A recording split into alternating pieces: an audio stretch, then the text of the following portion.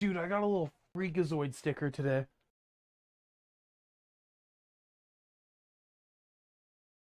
Are we live? No. Ah, looks like it. Yes. Yes? Okay. You weren't supposed to go all the way live. Apparently we are, though. Lynn, come on over here. Hey.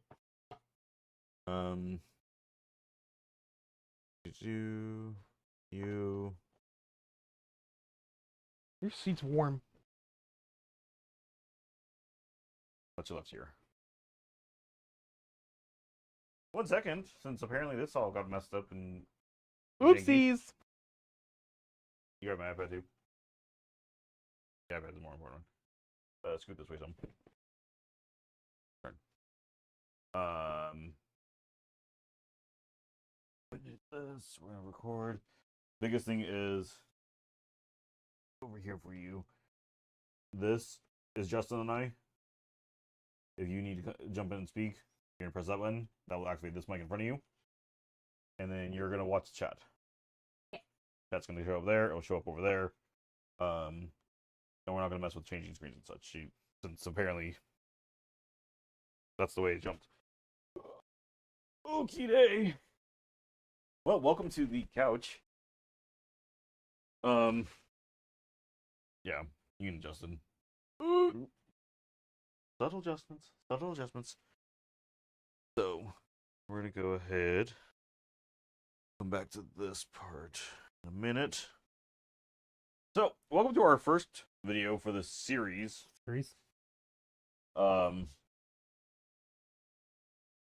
do we start? Just a recap of the first episode and go from there? I guess. Okay. So, Throwing things. I am throwing things. Dang. Agatha gets its own even folder in Is good it purple? notes. Wow, It it's is purple. Yeah. Oh my god! Yeah, I wrote some. Okay, episode 1. Seekest thou the road? I realized partway through that all the names are just lines from the song. I think it's better than just generic TV episode names. Anywho, it starts with a cold open. Agatha, not knowing who she is, she's a detective for some reason, has been banned from activity duties until this case, which has signs of witchcraft on the hands of the victim. The victim has the dark inkings of the Darkhold on their hands. Yeah, she's going around searching. End of the episode, Agatha arrests a boy who broke into her house. While interviewing him, clues start to show that the murder disappeared, and she starts to wake to reality. We're led to believe that the the victim is Wanda.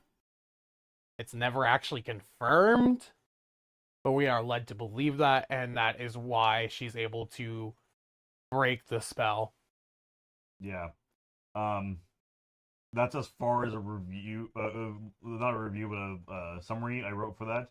Because again, as I told you earlier, I gave this episode a 0 out of 10 because it's a nothing burger. The first 30 minutes of it, yeah. But overall, I think it is important to explain how she gets out of the Wanda spell.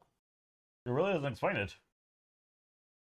We see that she goes ahead and starts seeing clues that the murder didn't happen, and then next thing we know, she just starts tearing off her clothes and she comes out with this clue. What do you mean? What do you mean? What do you mean? What I mean? What do you mean the murder didn't happen? Again, the body disappears. The clues of it all disappeared. If you'd like to chime in, you can press You that button. have a Hold mic. on. That's why I gave you a mic. Okay. So the You gotta spell. talk into the mic. Okay. Let's The just- theory is that the Talk a little quieter. teen broke the spell because he starts chanting at her in Latin before she starts taking her clothes off and going through the different eras.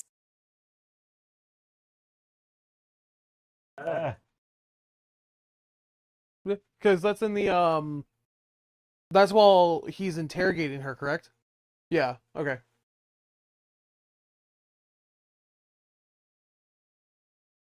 Okay, so besides that, I mean, It's really there to because like if they didn't have an episode dedicated to the spell, that was going to be a massive plot hole. well, no, and they needed to address that, which is we'll come back to this point. Yeah.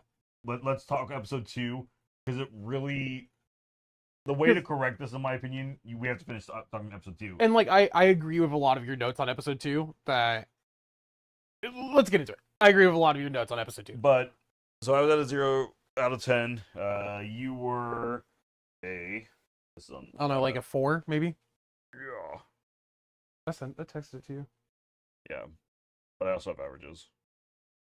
You gave me a 3. I gave you a 3. You gave me a 3. 3 or 4 is what I said. Correct. Yeah. I say by that. I don't think the cold open works as well as they wanted it to, and the whole like, as we went on about like the whole true crime TV, it doesn't go off as well as they want it to. No, yeah. Do I like the approach? Yes, I think they didn't do it well. I don't think it was executed great. The episode's incredibly slow. You And feel the runtime on that one? all honesty, the last thing in my notes for this one is honestly, could skip episode and be fine. Starting with episode 2. For the most part, other than like the last part of the episode is important to see her break the spell and become Agatha again. Yeah, but at the same time, if you came in and she already had broken the spell, If you're a casual, you won't care. You won't know. Yeah. okay. Episode 2. Circle sown with fate, unlock thy hidden gate. Episode starts with Agatha breaking Wanda's spell, because that kind of happened at the end of it and at the start of it. There's a reason why these episodes were released at the same time. Correct. While coming to, she strips naked, goes outside to talk to her neighbor, showing herself nude in front of the neighbors she is talking to, and the other side where a teenage daughter who is trying to watch. It's weird. Yeah. Yeah, There's something there. it's weird. It's weird. There's something there though. She then goes back inside to find the teen who she arrested the day before is actually just tied up in the closet. Finds out that the Salem 7 are after her and will arrive tonight. Who are the Salem 7 and why tonight instead of any other time over the last 3 years? Who knows and who cares? It's time for a fetch quest. Well, over the past 3 years, it's because she is locked up in the spell.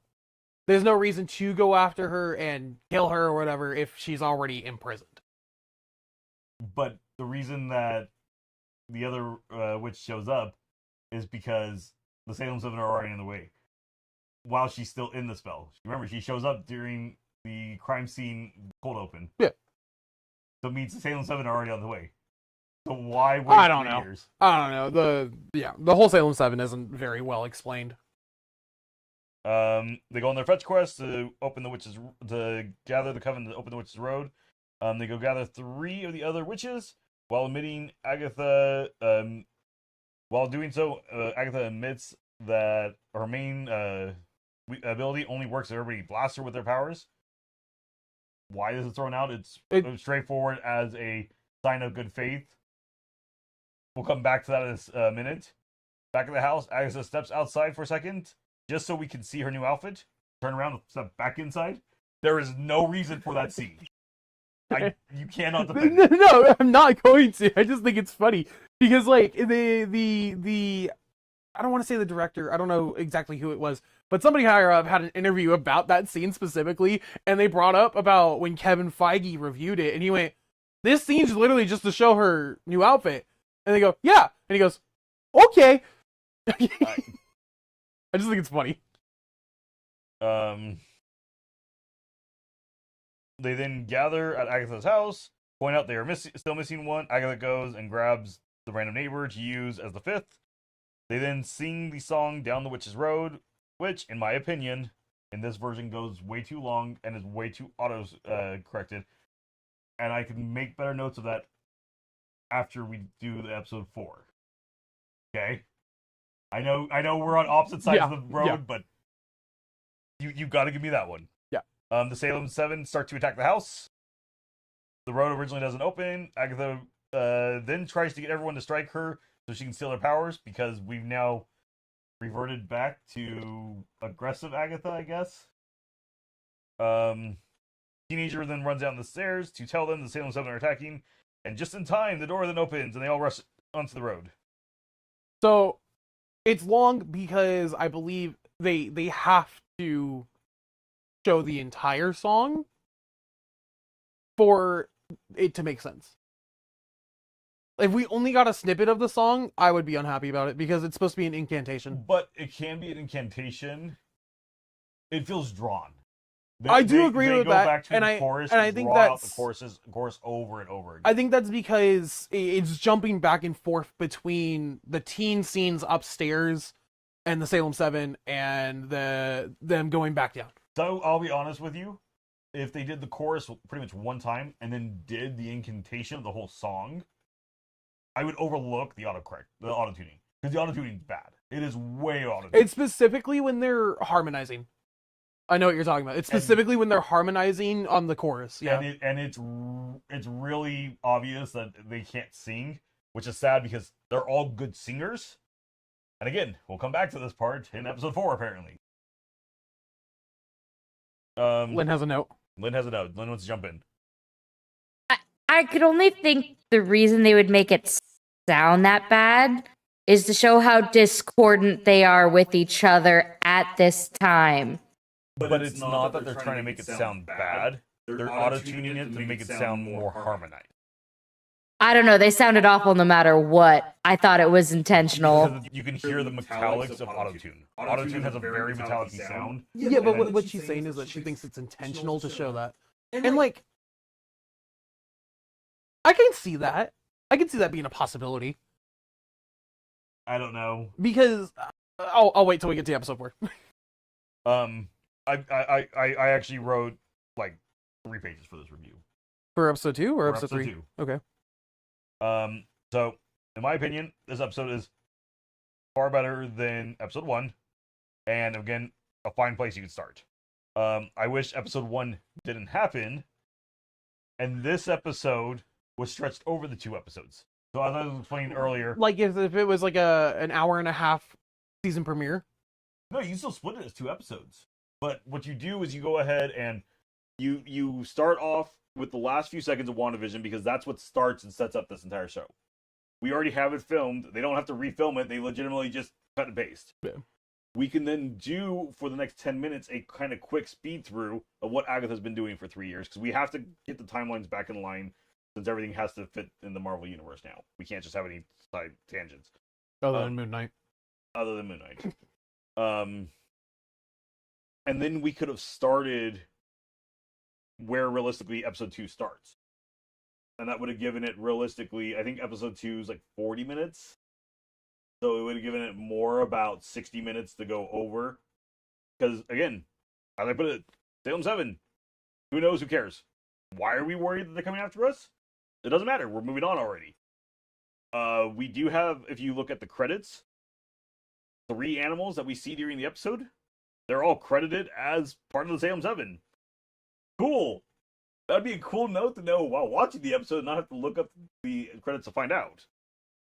We have even a section where the teen and Agatha are driving down the road, and it's easily for a deposition drop right there. Exposition, thank you. That he could have just, why are we afraid of the Salem 7, or what's wrong with the Salem 7? And Agatha could just dump it on both the audience and him, and it would feel natural. And now I know why I worry. The Salem 7 designs are fantastic when we see them at the end of the episode. Too bad we only see it for like 10 seconds. Yeah. I like the shot of them, like, where it's the 1 and then they split into 3 and then 5 and then 7. Yes. I love that shot. Again, And this is why I'm still being critical to the show, because I have hope for the show. There are pieces of good writing,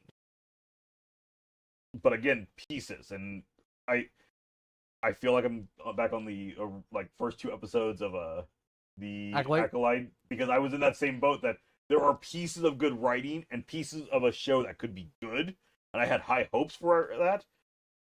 I had high hopes going into this. I was a lot more nervous after the Acolyte, because the Acolyte. But frankly enough, we go and we grab the members of the Coven and we bum rush through it. And jumping forward, we now see that it's because they wanted to do the talk more while they're on the road. But we could have started these conversations and started learning their history. Yeah. And then you start getting more in touch with the character, which is important for episode 3 and 4 and 4. Episode 3 more so. You think so? I think so, because 4 we have again that setup time that we didn't get for 3. That's true. And 3, there's a much more impactful moment that happens. Yeah. So I gave it a 3.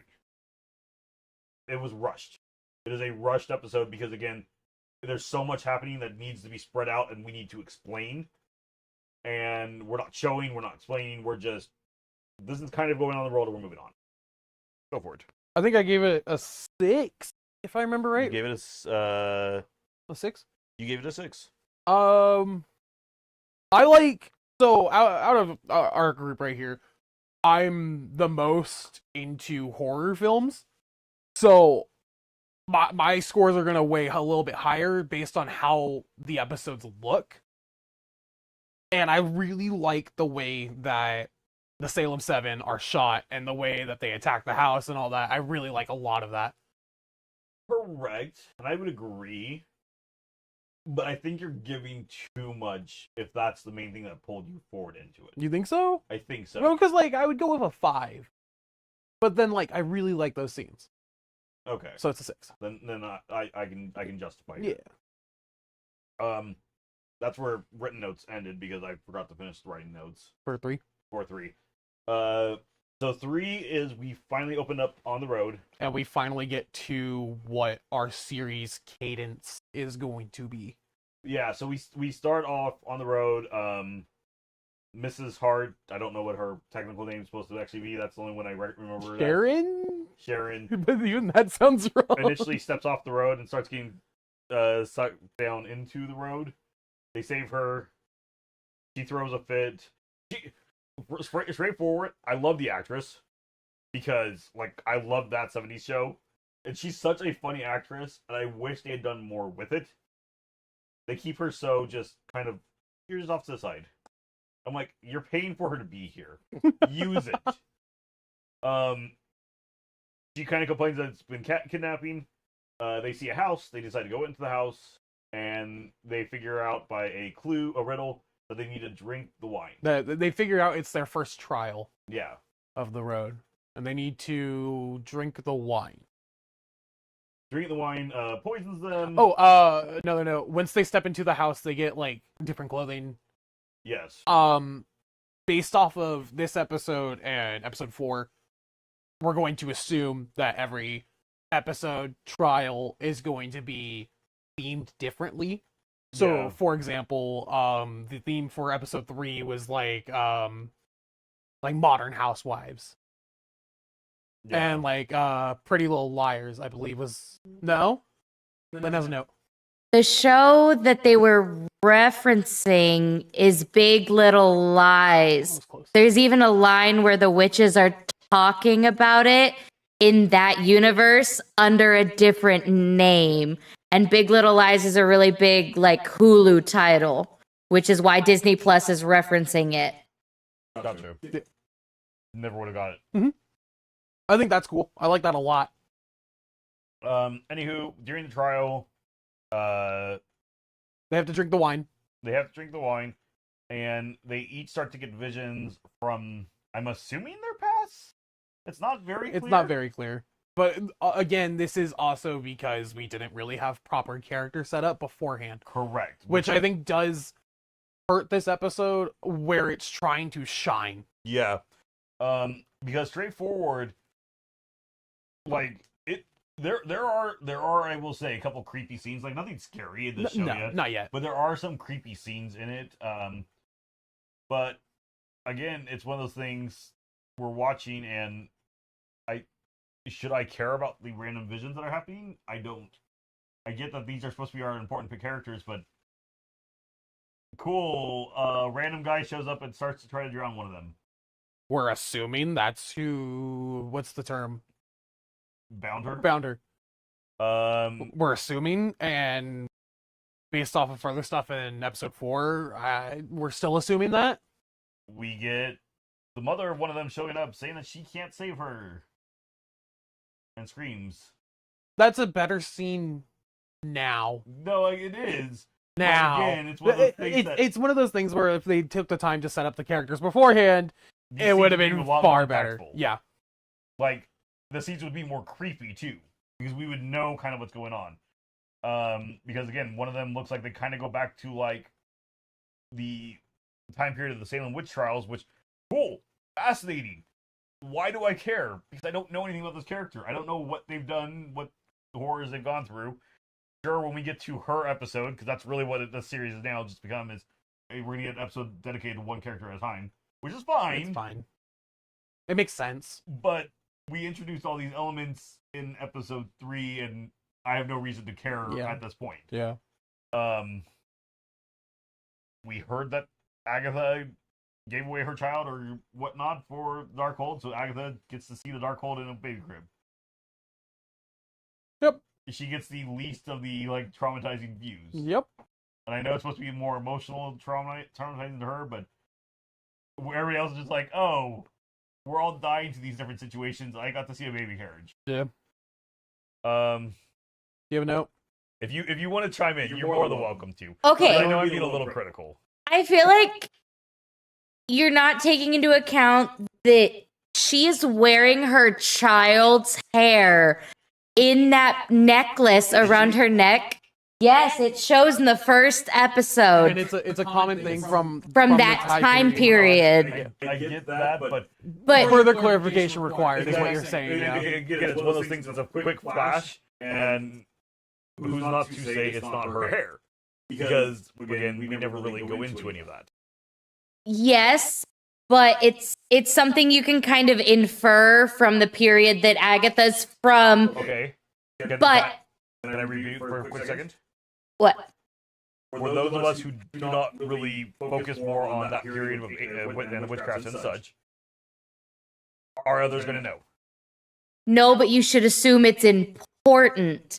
And then you find out she gives up her baby, and the Darkhold scene is meant to be more traumatizing because, it's a mother losing her child, and maybe the rumors aren't true. And that's why she had such a visceral reaction to it. Correct, I will give you that. But all honesty, when they opened it, the locket, and it was hair, I assumed it was Agatha's. Yeah, you would have known that. I went straight to it was Yeah. Agatha's. Like, oh, this is her hair, this is her locket from, when she was a witch in that time period, and she's just still holding it on. Or that's part of where her magic is bound. Because there are other witch stories where witches had to bound their magic into a locket that they held, which is how you could destroy some witches. So that's where I'm like, That's fair. Yes, I'm not saying this is a witch thing. This is a historical thing from that time. This isn't something that's in like rumor, or this is something that people actually did and still did well into like the 40s and 50s. Is they would keep the baby's hair, and they would usually put it in a locket or a brooch or something to keep it close to their hearts. I'm also going to give you just a quick little note. I know you can hear yourself, and that's why you're talking louder. You're talking You really are loud. really loud. You just It's okay.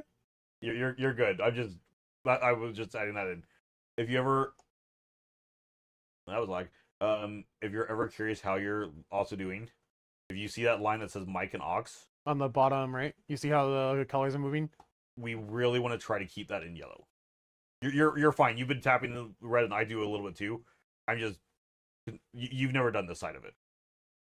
Okay.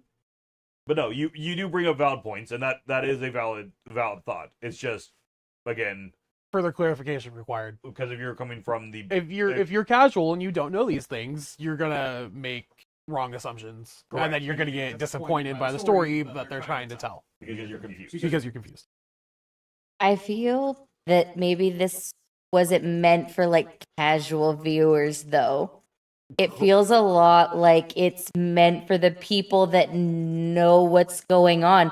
Like you guys don't know who the Salem 7 are, No, but I do. Well, no, I know who the Salem 7 are. I don't, But that's but that's the thing. but also here's the kickback of this. You shouldn't Well, be selling your platform or your products to one specific group. and not only that, but Disney is pushing hard on this show to the point that I think it was Tubi got the first episode for free to try to get people to subscribe to it. So they're really And yes, you are right. It is made for more of a demographic. that understands it, but they are still trying to market to everybody because Yes. it's also been on ABC7 continuously. They are trying to make sure this show is successful, and so you are right, but there is that other side that Disney is playing on. you are right. It is made, but it shouldn't be. Is what I'm saying. There you still need You need explanation. balance, because like you should make callbacks and references and stuff like that for the people that do care. 'Cause I'm But going to tell you from the reviews and such from when WandaVision, which this is a sequel to, I think we've all pretty much agreed this is realistically a sequel to WandaVision. yeah, mostly. WandaVision had a lot of casual viewers. Like majority of WandaVision was casual viewers. The people who from that version of Agatha know Agatha, who would be coming into this, are going to be so confused because we're not explaining anything and setting anything up. I mean, well, to counter that point, WandaVision isn't explained until halfway through. Correct. And that is a valid point, but I think there was by that second episode there was enough still to start sinking your teeth into to make you curious. Where to me, by the end of the second episode, I was still going, do I care enough to continue? Yeah, I think the real hook for this one for me was episode 3 Correct. with the monster of the week style. Yeah, and that's really where, That's the hook for me, and Because- like I'm excited to see next week. because straightforward, I finished episode 2, and I was like, maybe I'll give it one more week at that point. And then I watched episode 3, and I was like, cool, the show's getting better. And that's my biggest note is episode 1 to 2 got better, episode 2 to 3 got better. I'd argue 3 to 4 got better. I would agree 3 to 4 got 3 better. to 4 got better. I like that episode 4 a lot. So, going, the big piece at the end of episode 3 is Hart dies, Mrs. Hart dies. which again, We'll come Fantastic back to that. actress. We'll come back to that. well, no, she's dead. We'll come back to that. I still feel she will return at some point. But hey, I guess it is what it is because legitimately that's how Agatha treats it. Is just, oh well, move on. Yeah. Because Agatha's very mood swingy in this show. She acts very selfishly. I wouldn't even go that way because she goes from one extreme to the other of I care about only me, and then we need to do this all together and work together. Then That's true. back to this is all about me, and She's like a stray cat. I mean that's a way to describe it. That's like, the only way I can describe it. She's acting like a feral animal. Which, like, you can make the argument that she is because she's powerless right now.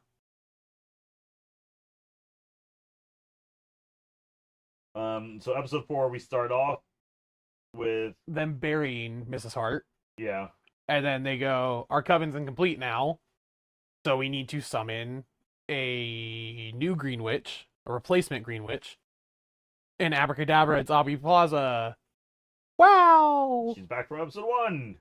We all knew she was coming back. She was in the trailers. I I didn't watch the trailers either, but she was in the trailers. I mean, fantastic character. Oh, yeah. I will give that. Something to note, though, I think she comes out of the grave that was dug for Correct. Mrs. Hart. So I don't know. I think she comes out of a hole in the ground. She's supposed to be the Reanimated corpse or something, maybe. No, she's just the Earth Wish.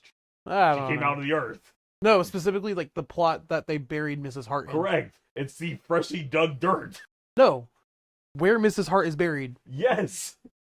Am I okay? I'm looking. You am I being? Do you understand what I'm saying?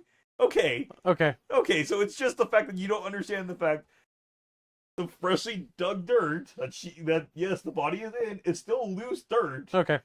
She climbs out of loose dirt. I thought she was the body at first. They set it up real well that it does look like it is a reanimated corpse. Yeah. It does. I think look that route. maybe I'm just looking into that because that's like the shot that they made it look like, and like that's a cool shot with some cool effects. Yeah. I like horror stuff. Again, there are some really well done scenes in this. All honesty, I could predict pretty quickly on in the episode that we were going to go into, I don't remember her name. Rock Witch, do you know her name? Alice from the Um, woman in the chair.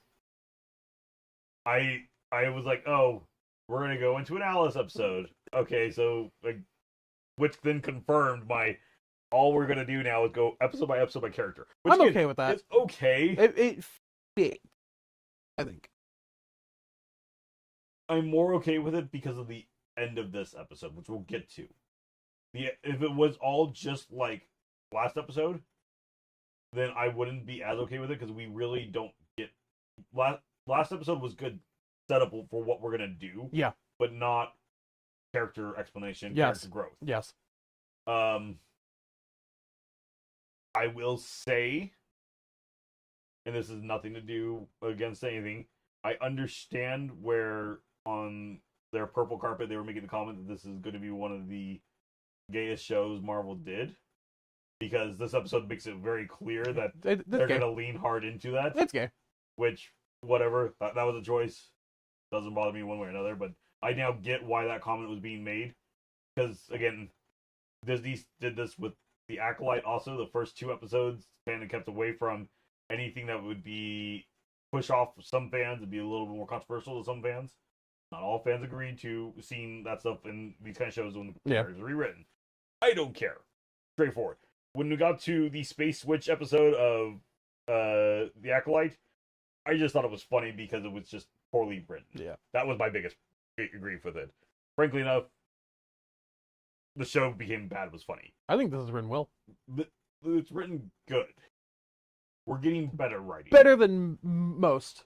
Much better than the acting. Better than most forced representation by studios. Yes. Yes. If I'm all for representation, I'm all for natural representation though. Forced, just at that point, I'm just like, cool, you're just trying. This feels natural to me so far. It feels a lot more natural. We still have a couple characters that kind of just seem like out of nowhere they started to switch just because we now have sexy new witch here. So why don't we ask our resident queer in the chair? Is it forced or is it natural? That's a way to get canceled on the internet. Okay. So I kind of anticipated it with Aubrey Plaza being part of the cast. And then, of course, the casting of the teen itself. But I'll agree with George. You told me I can't go ahead and speak on that yet. Yeah, no, don't talk about that. Don't talk about that. Don't talk about that. There's a spoiler that I've already figured. There's a spoiler that George ruined for me Yes. that I would have lost my marbles for. And speaking on another spoiler, I don't know if George knows about it. I know about it. It makes sense in the long run. Yes. But for the witch, specifically for Rio? Jen. The alchemist. All Right? of a sudden she was making comments That's- about Rio. That put me off on the episode. That didn't make any sense. Unless maybe it's just to give us more into her backstory as to why she was bound because But- of when she was bound. Correct. I will say though, it does, off the little bit we have of her bounding, it does seem like she had more of a emotional connection to the one who bound her. Again, we don't really know, and so to me, it felt just we kind of put this in here to put this in. Yeah. And so I'm glad that I'm not the only one that saw it that way. Again, I get why, and I know where Lynn is going, and I understand why the characters are the way they are. They should be. However, it still needs to be natural. And I think that's, for whatever reason, Hollywood has the hardest time writing it natural. I feel like maybe it's hard for them to be natural because the actors and actresses themselves don't actually fit into some of these roles. Because, like, Aubrey Plaza does it really well and kind of seamlessly in a lot of shows and a lot of movies. But there are some actors and actresses that might just be handed a script and they don't actually know how to portray that sort of scene without showing that they're uncomfortable. And I would 1,000% agree. And that's where a good director and good producing comes in. Because you can, a good actress, which they're all great actresses. They're all great. They're doing really good with what they're being given. All of them are with all of the them are writing really that good. They have, they're doing really good with it. With good direction, you can still make some scene, even if the person's not necessarily comfortable with it, seem natural. Because if you look at a lot of old movies, a lot of scenes that, frankly enough, the characters were not necessarily comfortable in. The old Parent Trap. The old Parent Trap is one of them because they come out. She comes out singing, and she actually sings and plays guitar because she plays both parts. And then here at the last D23, she made it straightforward. She never sang a day in her life, and she was so nervous. And it was the direction that they came at with her to make her comfortable and make her feel like she was a singer. As she put it when she told Robert Sherman that she didn't sing and she didn't know how to sing, he said, "You're an actress. Act like you can sing." Legitimately was the answer. And so that's the other side of it. It's if it feels awkward because they just aren't, that just means direction went wrong. However, I will say this, and I think I'm out of the three of us the only one that you watched. You started watching Act Like because I made you. Yeah. We had a lot of the same problems in the Acolyte, and a lot of that staff was very. A lot of that stuff was queer. Yeah, they were queer. They made it very clear that they were queer, and they were proud that they were queer. Again, nothing wrong with that. However, it still felt awkward and unnatural. It felt forced, which again was what part of the off-putting side of that was. You got to be natural into it. Yep. The episode does take a 70s twist, which makes me really sad then that Parch is dead. This should have been the first episode. Yeah. Because that would have been fantastic. That would have been cool. I know you you're talking about. legitimately could have done a tribute to her role as Kitty. I have no idea. Lynn says yes. Lynn says yes. And that would have been fantastic. Like, just have her run around acting like the concerned mom the whole episode. And if she still dies at the end, that's sad. But you know what? It would have been a fantastic tribute, a fantastic play off the character. And like they go full in on the 70s, where like I believe they might even change the camera that they filmed it on. No, You don't think so? You think that's digital? that is straightforward. Oh, man, I wish it was. I have that same filter in Premiere Pro on my version. I wish it was filmed with different cameras. I But like, anyways, they make it look like a 70s like film sitcom, sometimes a music video with some of the way that the shots are filmed, and like that's fitting because the trial is centered around music. Yeah, And they to solve the trial, they essentially have to play the ballad, but a different recording of it. Which, going back to again when we talk about episode 1 or episode 2, this version with them actually singing it and not it being auto-tuned the whole way through Sounded really a lot good. better. I'm like, hey, I would actually add this to my Apple Music playlist. I would listen to this in the car. Cool. Even if it was just the vocals, like the harmonizing they were doing the first time, and it was sounding like this and not metallic like auto-tune sounds, I would have been happy with it. I would have been okay with the long version of the song. So There's a demon. there's a demon. I don't like the makeup of the demon. I like that it's practical, and here's why. They're going for 70 shots. Well, In the 70s, that's what they would look like. No. I love practical.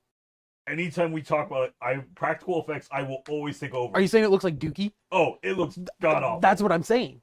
In the 70s, they all looked like Dookie. But again, it's not supposed to be that he's from the 70s. He's just the demon that's been following her. Yes. So he should not look like garbage. I like.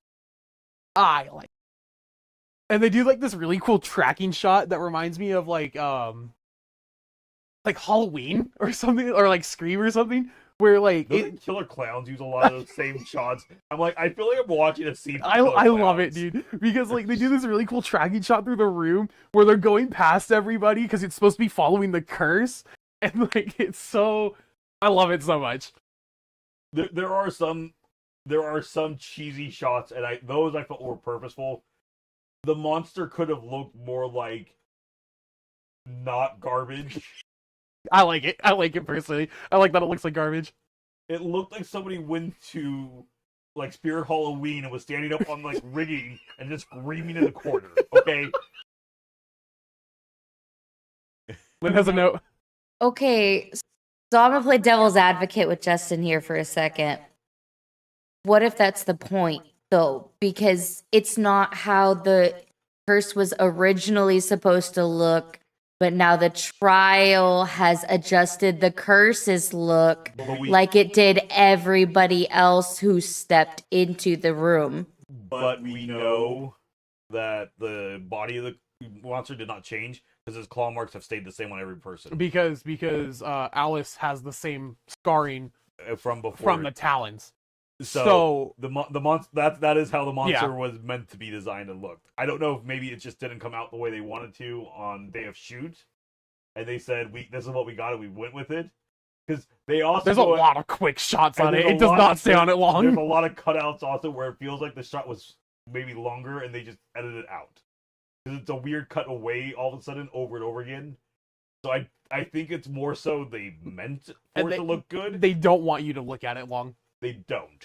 I think they realized after they had shot this, after they had got it on there for the scene, because that's the other side we know Acolyte was way over budget and went way expensive, and it sounds like Agatha Along was very much a budget friendly show, so it's probably one of those things they probably came to set that day and set it up to take the shots and realized how it looked. And said, we've got to keep moving just because we're already behind schedule and we already have used our budget. That's really what it feels like. Be it that's what it was or not, I don't know. It's fine. It's serviceable. It's serviceable. It's serviceable. Because they cut away from the fast stuff. Yeah. I hope you don't look at it long enough. I mean, I like those monster movies like stuff, and I like how it looks. Correct. But for a show that they also were talking about how it's going to be a scary thriller show. Scary for PG. I'll put it that way. Scary for PG. We can go to the 80s and look at any G-rated movie that is scarier. Did it die? I don't know. Yeah, it died. And then... It died. It probably died. That's fine. Okay. I want to make sure I didn't break something. No, yeah, because I can see the mic still running. Yeah, the mics are still running. You were just able to monitor it, is what I was having you do. But, yeah, no. They finished the trial. The piano opens. They crawl into the piano. They find out that Teen... I always think about that. That Teen is injured. He's bleeding out. He's bleeding out. He was thrown through some glass earlier. Is that what it was? Yes. Yeah, Because they take a second during the middle of the song, and it looks like that's when he gets hit. No. I think it's more so he notices that he's bleeding out during the song. Thank you. Yeah. He starts to get woozy and he looks down and he notices it. Because he wouldn't have felt it from the adrenaline. That's fair. Yeah. That's fair. Agatha goes full Karen again. Because again, we're very much a flip-flop character. And this is in part to I want to say this is more of a motherly care. Yeah, which, because again, feels weird for the character. we're but led to believe that she thinks that Teen is her son that she lost. I don't think she thinks it's her son that she lost, but I think she feels that he is. Like, how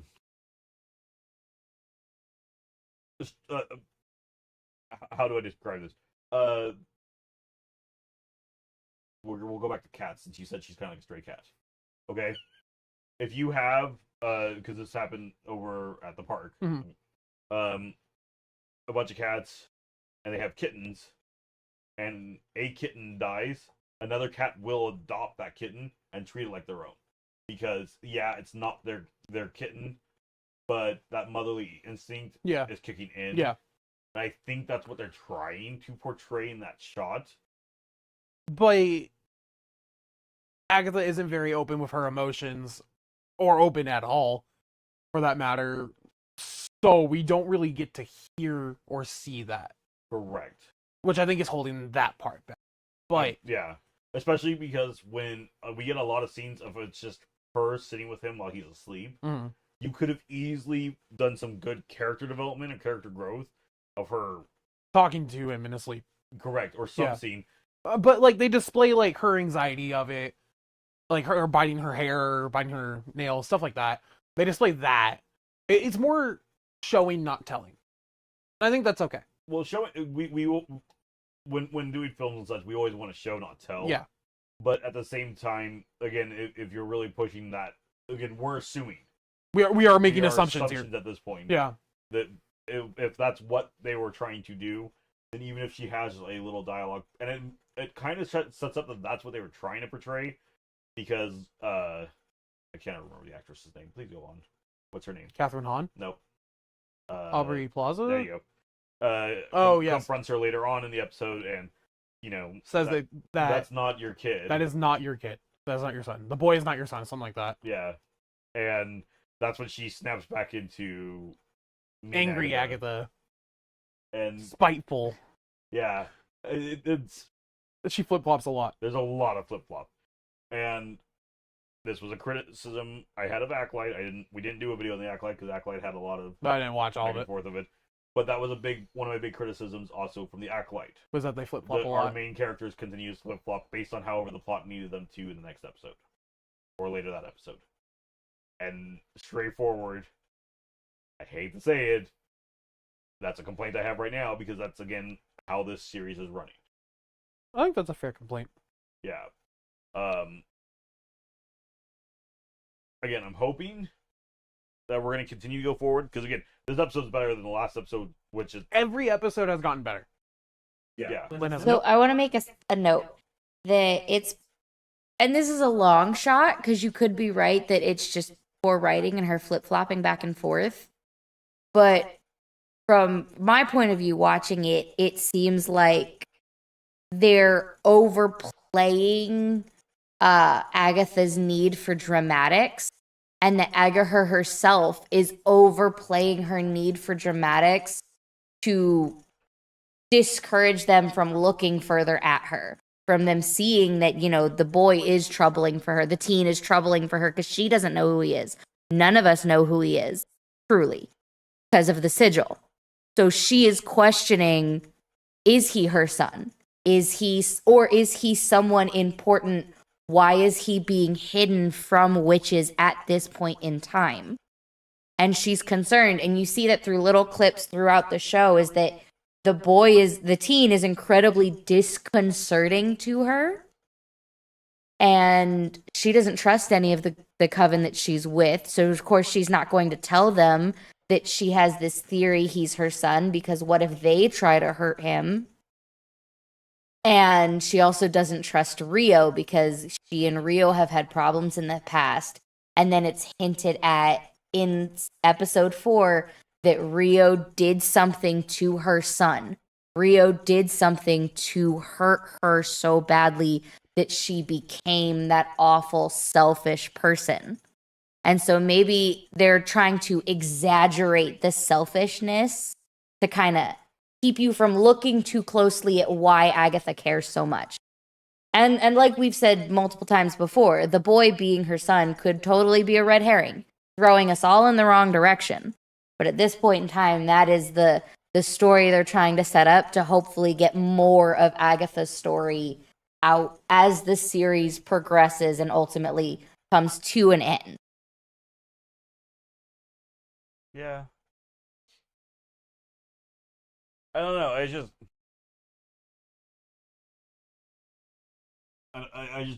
to me, it just doesn't feel like it. It feels like there's parts of the stories, like just even basic storytelling, that for whatever reason either was chopped off during editing or just we forgot the film. And that's kind of a running theme through each episode, is that there's, hey, this is kind of important and we probably should talk about it, but we didn't, so we're gonna move on. Does that make sense? Yeah. Okay. But again, this one is better in my opinion than the others. This was a fun watch. The 70s monster, be it that was intentional or not, and I don't think it was based on the cuts, kind of threw me out of the episode altogether. I loved it. I don't know if you probably didn't, because we were using the fancy lighting. And so I was rolling my eyes every time we saw the monster. I was like, I don't know who you got to stand in the scaffolding. Oh my god, dude, the way it stands there just starts screaming. But that's like the kind of stuff I love about horror, is it's just like campy, and it doesn't look good. And I love that. And that's exactly what they got.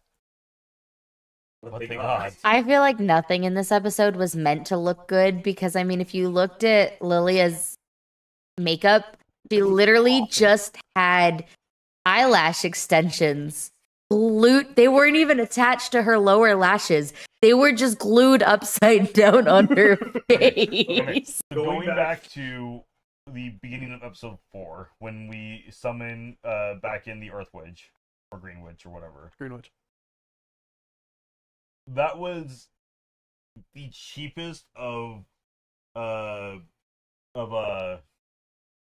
want to use, Michael's or Hobby Lobby tarantula on her chest. Like somebody went to the nearby craft store, found the Halloween section, and spent $1 at most for what was supposed to be a tarantula living on her chest. It looks fine. It does not look fine. It's serviceable. It has to look fine because I don't even know what you're talking about, George. I didn't notice it whatsoever. I do not know to what you're referencing. Did you notice it? No. You didn't notice it? No.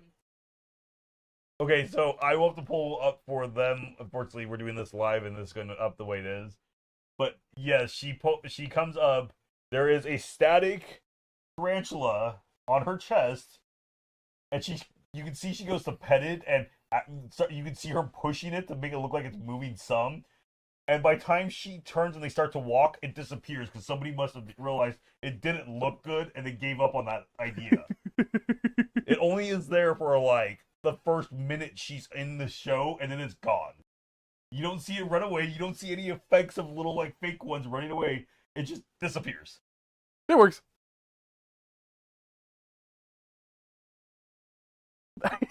No, it doesn't. But okay. So my last episode, I gave a 5. What would you give this one? This one, I gave the last one a 7. You gave the last one a 7. I'm going a 9. I really like the creepy dookie monster. Lynn, I've never gotten any of yours. Episode 1. Okay, I think I might be more generous than either of you, and that's just because I'm really hopeful for this. Lynn is the demographic. And I really like where it's going. And I'll be completely honest, I don't have nearly as much experience watching TV or movies or any of this stuff. This is the first show I've gone into. No, but like, I watch Grey's Anatomy. I've watched it like 7 times now. I don't watch anything else. But this is the first show I've gone into with any amount of background knowledge. because I did research for this show. I read everything I could get my hands on. So I'm just oohing and ahhing at all the little things, little trails that they're leaving everywhere that they want us to put together. The first one, I was really confused until like the last bit of it, because it took me the entire episode to realize that the dead body was Wanda. Justin had to tell me that. He had to tell me before it was written across the stupid name tag toe. So I would probably give that one like a 4. Okay. The second one, I think it's kind of sitting at a 4. I was not as interested the second one. I was just kind of paying attention until it got really good towards the end. Mm-hmm. I really liked the third one. So I'm probably sitting at there's 6 with Justin. Okay. And then the episode 4. fourth, actually, I'm going lower than Justin on this one. That does not surprise me. I'm sitting at I'm sitting between a 5 and a 6. And that's only because I don't like the monster. The monster, I agree. I agree with Justin, but why did it have boobs? And it just looks so weird. There's a lot of bad choices with that. I like the dude. So weird. It reminded me I of will something. die on this hill. It reminds me of a very specific horror creature that has been in horror pop culture within the last 20 years, and I can't remember what it was called. And I'm sure I'm gonna remember it later, but that's exactly what it looked like they were going for. It looks like 70s horror monsters. No, this is I think it's the Insidious monster that I'm thinking of. I have no idea. I think it's the. We'll have to ask our person about that, but yeah, he would know what I'm talking about. That's what it looks like they were going for to me, with the teeth and the red all over its face. And then the rest of it just looks like body paint. That they just painted a person and stuck him. I agree with George. They painted a person and just stuck him in the rafters. They set it on fire. But everything else about the episode I really liked, especially because you get a little bit more background to some of the characters, or get more of their personalities towards the end with the little campfire sort of thing. Which I agree. I really like that. And you get a little more information between Rio and Agatha's relationship as to maybe what went wrong. You don't quite know. You know that Rio did something, but it maybe leans heavier in that maybe that Rio and Agatha were friends, and Agatha is not as bad as she was painted to be. Which again, ties me back to episode 2 with them, that we know that there's all these issues and she can't kill her for whatever reason. We don't know why.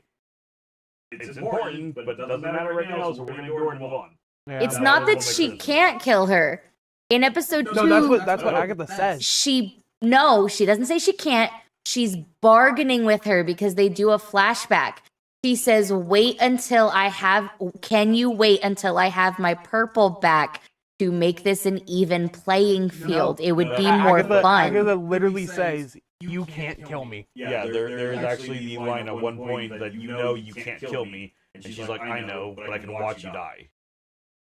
That's when she's telling them that the Salem 7's coming, and that's why she backs off. Yeah. Maybe it has something to do with the Salem 7 that they haven't quite. And that's what we're saying, is that there's no. Okay. I want to point out that because George says he knows who the Salem 7 is, that might be why we don't have any more information on them, because it's a really big Agatha Harkness plot point in the comics. Who runs the Salem 7? Correct. And so that could be why. And this theory could be completely wrong because there is nothing to confirm it. It's a theory. I actually do know. You'll just get it on the internet tomorrow. That's okay. I don't care. I But actually do know. But again, they said it.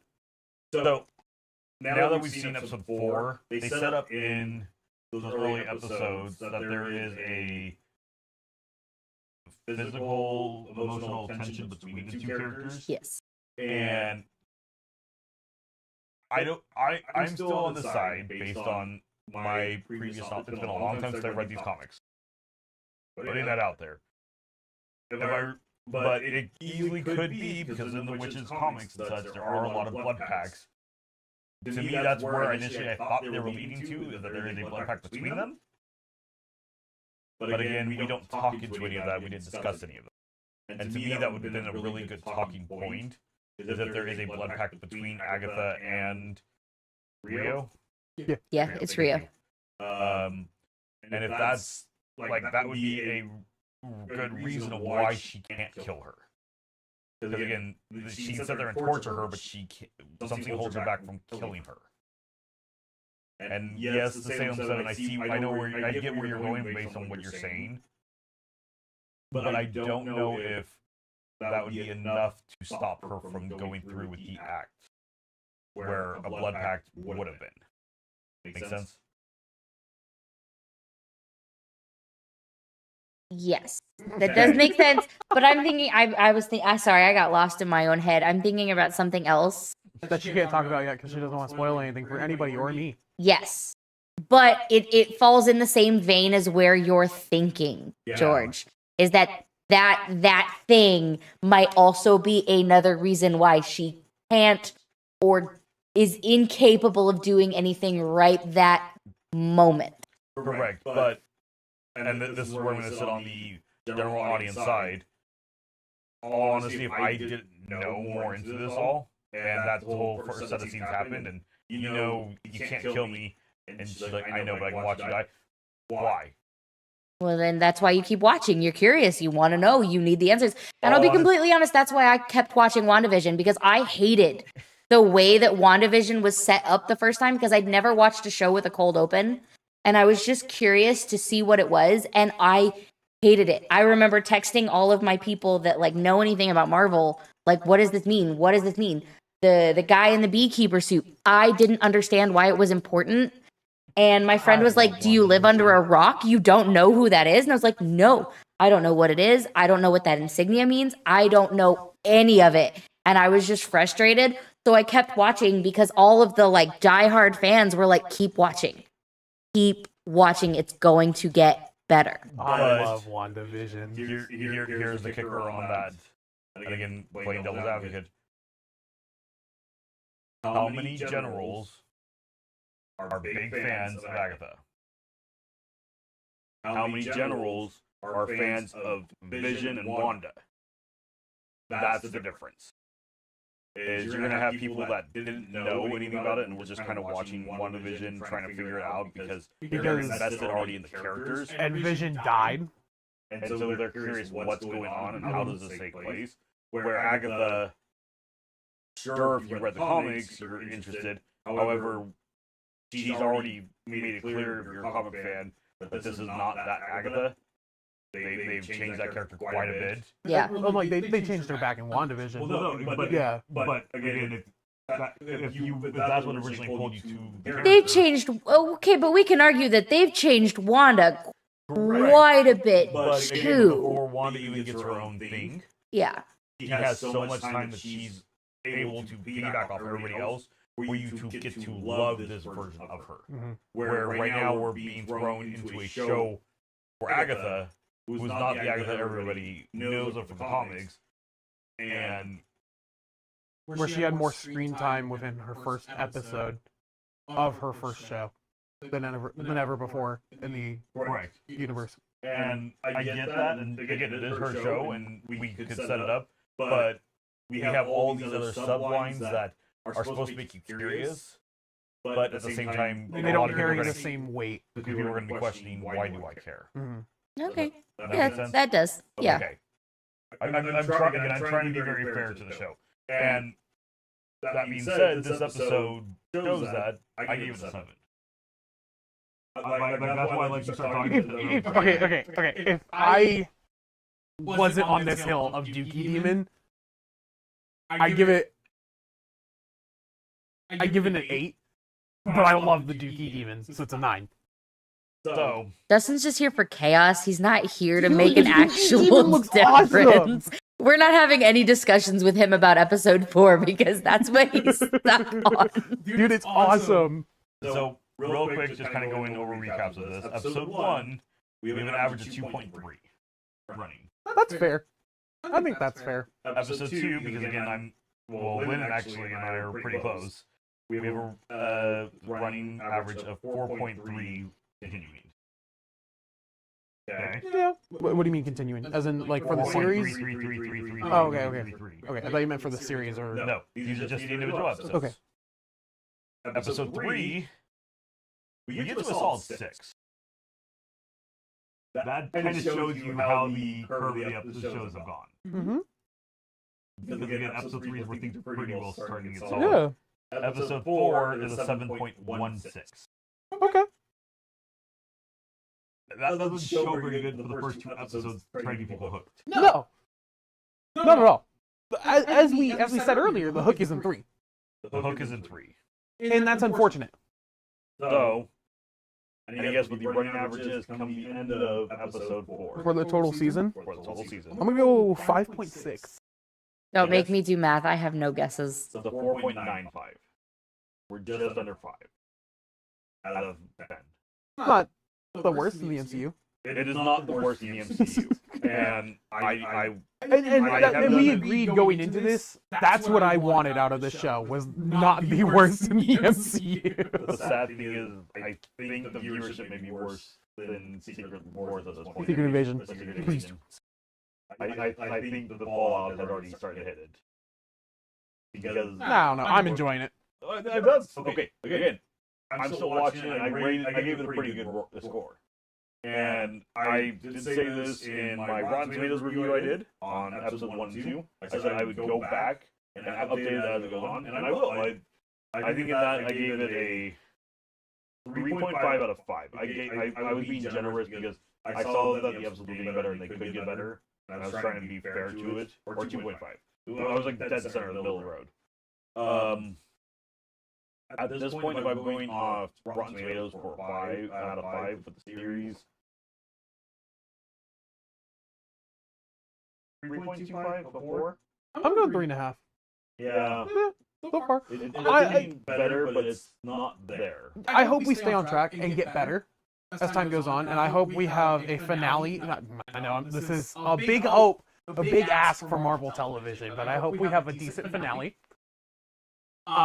Because all of them have been kind of letdowns, other than like WandaVision's, and even WandaVision was good. Even then, like it was good. It could have been way better. It could have been better. But like that's what I'm saying is that all the finales have been like, you know. So I'm hoping we stay on track and we have a pretty good season. Theory crafting. Theory crafting. So back to what I was saying about Sharon. I don't think she's dead. You don't think so? No, because when they're lifting her into the oven, I had this discussion with Lynn earlier today. When they're lifting her into the oven, she's still moving around after the timer has already ended. And you never see her go down the water slide. She just appears at the bottom. You see her come out the water slide? Pretty sure you do. You don't. But I'm gonna get to play devil's advocate about her still moving after the timer is done. It is still a person or at least a mannequin they are pushing through a hole. Yeah. I don't know about you. I wouldn't be perfectly still either. Yeah, but like she's supposed to be dead at that point. But Is the point I'm making? The body does not stiffen immediately. No, like she's like moving up. She's moving her arms up. That's someone. There's somebody's arm here pulling her up. Yeah, and she's moving her arms up as they're holding her up. I don't think so. And she's like moving her head In the around. corner. You don't know. You don't know. Okay. No. Where are we going? What is the final trial? Where are we going? What is going to happen? I think the final trial is going to have to do with Agatha and her child. Well, it's going to be Agatha. It's going to be Agatha, but I think it's going to have to do with the child. And maybe the teen. I don't think it's going to be involving the Do you think child. it's the teen? I think it's going to be Agatha. And so This is based on other kind of theories and such from different channels. Like I would credit them here, but I can't remember. It was on in the middle of the night. I was asleep. I woke up and I kind of was like, oh, that's actually an interesting thought. Where does magic come from? I have no idea. The idea is the magic would be coming from the Red Witch. Technically, the Red Witch is supposed to be the more supreme of the witches. Who is the Red Witch? You mean the Scarlet Witch? That it would be another word for red. Who says Red Witch in this universe? Because I'm trying to help you get to that mindset. Yeah. I think it's going to be a confrontation with Wanda. Be it Dude, if this universe Wanda, different universe Wanda. If Elizabeth Olsen comes back, bro, I think we win. I think we win if she comes back. I would agree. But I think that's where we're heading. And if my other theories that I've been told not to speak of are true, it makes sense because we need that to happen. Yeah. If that, I don't want to say anything, but if that does happen, it would make 100% sense. If you watched almost anybody else talk about it, though, you've probably already heard this theory. Yeah. Which is why I don't mind talking about it, but I'm keeping told not to tell it. Don't, because it's like the big twist. I think the big reveal of the series. I mean, if you know the characters, not really. If you're a casual, it is. But I mean, like, you wouldn't know the characters if you're a casual. Exactly. But so, I know the characters. Say the name, you're just like, because I'm a loser. Who? Yeah. Dude, oh my god, if they wear the suit, I'm gonna lose my marbles. I'm gonna start screaming. Fortune teller, what's your trial? So throughout this season, we've been seeing her out of character. In like every episode, she has like a premonition, and it seems like she's talking from the future. So, for example, in episode 3, when her and Agatha go to grab the skincare products, she turns to her and she goes, "Save Agatha," and then acts like she never said anything. And then that happens again in this episode when she's comforting Alice about the curse. She says something out of. She says something weird, and then Alice don't. Yeah. Huh. And then she does out of context. Well, no, yeah. Does it again at the campfire scene, but she doesn't really say much. She just kind of. It's like she fades in and out. Yeah. Yes. You know where she is in time. Is what it sounds like. I think that's pretty cool. We don't know anything about it. Sounds like she, from her scary premonition in the third episode. Okay. It sounds and seems like she is a very old witch. She even made comments that she would predict plagues and stuff, and then that's what was getting her in trouble, is because they called her a witch because they thought she was bringing all of these misfortunes to these towns, and she was getting run out or mistreated. Yeah, it might be that she has no control over what she's seeing. She's definitely as old as Agatha. Agatha and her from the same time. She's over 700 years old, and that is pulled directly from an interview with the official Marvel podcast. Okay. Loser. But I'm saying that she has to be that old because the little Italian, she is speaking Italian. The little Italian girl that you see speaking to her in episode 3 is wearing medieval clothes, and then you turn to see her and she's dead, and she looks like a victim of the plague. That she's just skin and bones and just looks like death. She is dead. And she's still speaking to her and saying that she doomed them all, she killed them all, it was her fault. And if that happened to her when she was a very young witch, it might be why her brain is so scattered when it comes to her premonitions that are happening. You didn't notice that? Well, no, I noticed it, but I figured it was her looking at pieces of her past. You didn't piece together all No, that. because Well, you hadn't heard the theory that she was like time slipping, I guess. yeah, the time slipping I hadn't heard, but that's an interesting concept. At least her body's not, but maybe her mind. No, yeah, absolutely. I get exactly what you're saying. I agree on that front. That makes sense to me. In all honesty, I had the feeling when we were going to go ahead and get to hers, and this is why I was curious to see what you guys were going to say. I think hers is next week. Yeah, that feels right. I feel like it was going to be full on straight back to like witch trials days. Like we were going to fall all the way back to that. It still can be. It still can be. I'm saying the premonition she had in episode 3 predates witch trials. Based on the clothes that they were wearing and the language that was being spoken, I think it predates Salem witch trials. Well, but that's what I'm curious about. I'd have to look at it. I haven't done research into that time period in Italy. No, I know. Well, no. But what I'm trying to say is, it's very possible that that time period of the witch trials, Italy could have still been in that same alpha type. That's what I'm curious about where they're at, because that shows then where the shift is. If it is that she's older or not, because the way her and Agatha talk, they seem like they are from the same time period still.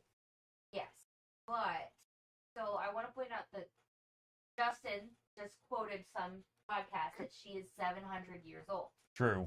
The Salem witch trials didn't happen because the Salem witch trials happened in the United States.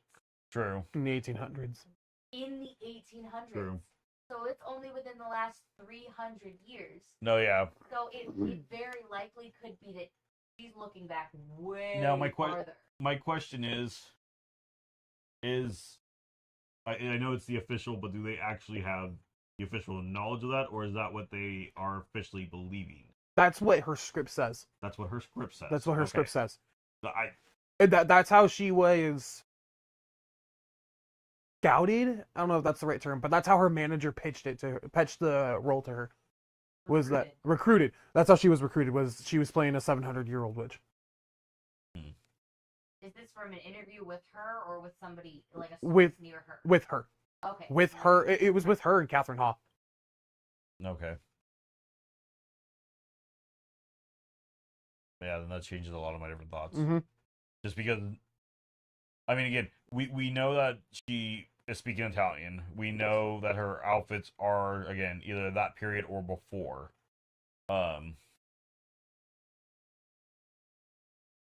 I don't know. To me, I wouldn't appease that she's that old. At least not yet. It looked too nice to be considered Salem. And that's something that you wouldn't think of if you know nothing about history. Yeah. But based on the coloring and the fit of the gown, she was wearing a corset. No. And I never was saying that she was from Salem or from the United States. Yeah, but from that time period, I believe still. Again, I really would have to do some look at fashion. I believe though a lot in that same time period in Italian Renaissance and such, they still are wearing a lot of that same kind of dress, especially because it looks like she's from more of a wealthier family. Yes. And so if that's the case, then they would be still wearing more traditional clothing. So that's why I was more leaning on that side, because again, they have a lot of the same mannerisms and the same acting as if they are the same age. And I never had heard the podcast. Mm-hmm. But that's interesting to know. That's an interesting way to think about it. On purpose. Because they, like we were talking about Catherine Hahn's, not Catherine Hahn, but Agatha's behavior and how she's very dramatic and exuberant about the things she does and the way she reacts. Lilia, on the other hand, is also very, what is the word? Eccentric. Yes. Yeah. She's eccentric. She's kooky. Yes. But in a less, it's still off-putting, but not in an as insulting way as Catherine does it. So Agatha is purposefully trying to hurt people's feelings, and distract versus Lilia is just eccentric. And maybe it could be she's going insane from how long she's been alive. True. That could be true as well, because people, it's a very common trope that people who see the futures and keep seeing and predicting terrible things, inevitably they go crazy, they go insane. And maybe her trial is going to be having to face her lapses in sanity, because in her conversation with Alice, it appeared that she didn't know it happened. Mm-hmm. Yeah, no, she doesn't she doesn't see these happen. Realize this is happening to her and around her. And maybe she knows that maybe those few seconds are missing, but she doesn't know what she said during. Yeah. And she's gonna have to come face to face with that, and assumably her trial. So we have 4 more episodes. Yes. We've done. We have 2. We have Agatha, Green Witch, Fortune Teller, Alchemist, and Defender. 19. And then Teen. Does Teen get its own episode then? If I were to break it down in a structure, I would assume. So we already have our first 4. Episode 5 is gonna be Fortune Tellers. Fortune Tellers. How we're all sitting on. And then what's up? Okay, I do, and this goes back to like witchcraft and stuff like that people wouldn't automatically assume. What I'm going to assume is that they're going to go kind of in the way that a witch circle would go with each element. So you're going to have bookend episodes. So the 4 episodes in the middle are going to be your 4 main elements. And then Agatha, who is always represented by the color purple, and in a lot of witch beliefs, the color purple is the 5th element, spirit. Yeah. So I assume the first 2 episodes and the last 2 episodes are going to be your bookends, and everything in between is going to be the 4 elements. So we've already done water and fire. We have So we need earth and air. Yeah. Those are our 2 remaining elements, and then the last 2 episodes are probably going to be your big finale episodes to tie in everything that's happened so far. That's how I'm seeing it anyway. That's what it seems like. And that further supports our theory that the next episode is the Premonition Witch. Yes. Because, I don't know if you've noticed, but every time we're going to the next trial, the leaves of the road change color. Correct. So, in episode 3, going to the water trial, they were blue. In episode 4, going to the fire trial, they were red. At the end of episode 4, the leaves are white, representing air. Yeah. So, we go there. We go into... And then following Lynn's theory with the elements and the books, after Premonition would be Rio's episode. Correct. And then we have, I'd assume, Teen episode as one of the bookend episodes. And then finale for Agatha. Yeah. Is what I would assume. Because I think, even though Agatha keeps pushing that he's not, I think we're going to find out that he's part of the Coven. Especially if my overall running theory is correct, because that kind of has to happen according to comics and such.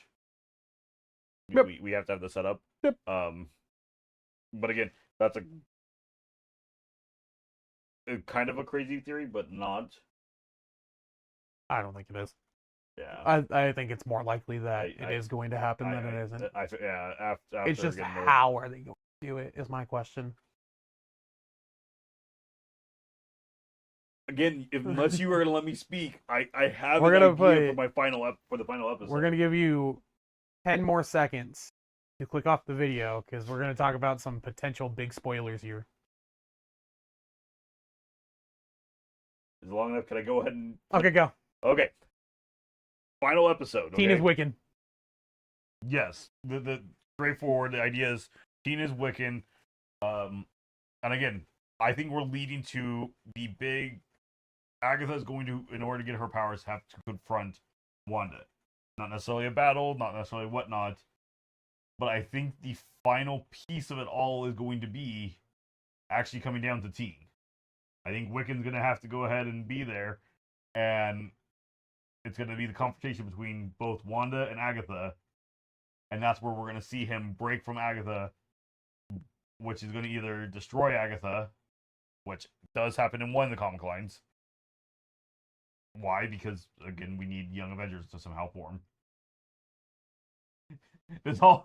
Everybody has to disappear one way or another. Be it they die, or they leave the planet for whatever reason.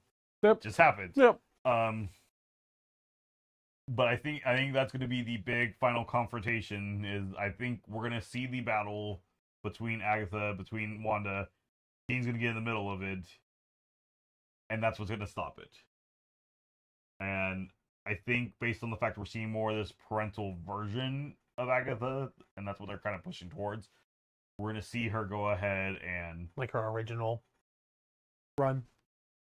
She's going to break to it. Yeah. She's going to go ahead and back off, and she's going to leave it be kind of situation. Or... She's got her powers, and she can go about her own. Or they really dig into her original run and make her teach Wiccan magic. We're going to see that through the season. You think so? I think she's going to, because she's going to start taking them under. Because again, in a lot of the different lines... Well, in her introduction, she's introduced in the Fantastic Four as the teacher to their children. Correct. And teaches them how to harness their powers. Correct. So, I think we're going to go into that, where she's going to take Wiccan, or Billy, whatever name you want to give him at the moment, under her. And then Agatha is going to... not Agatha, but Wanda's going to show up and reclaim her son. Mm-hmm. And again, have the heart... pulling moment where Wanda always shows up and pulls Wiccan into a hug and says that she always would recognize her son, because I think he knows that Wanda's his mother. I don't know, because he doesn't seem to know anything about the sigil. But again, you don't have to know about the sigil, have it put on you. No, I know that, but he doesn't seem to think of... He can't seem to think of any reason why somebody would want to hide himself from other witches. Okay. But he insists on asking Agatha about her son, which is what is pushing her away from him, is that she does not want to talk about that. How much of Wiccan do you know? I don't know as much about Wiccan as I know about everything else. I know bits and pieces, and over the last couple of weeks, I have looked into more bits and pieces. So my understanding in most of the situations, and again, I could be totally wrong. It's been a very, very, very long time since I looked at any of this. So Wiccan... So Billy takes over the body of a dead kid. Yes. His consciousness comes over from usually a different multiverse. Yes. Which would be why he wouldn't know what's kind of going on. However, we already know from Doctor Strange and such that Wanda has been trying to put, protection charms and such and keeping her kids safe, and she's trying to get them. Yeah. So he may have this vigil on her, on him, and not know where it came from, because he may not have even crossed Wanda yet. Okay. And it could be that Wanda put it on him, not necessarily on purpose, but it's putting all these put all the protection charms on him during the end of WandaVision. Well, from the end of WandaVision to Doctor Strange. Yeah. I think it more so happened in Doctor Strange than in that gap period.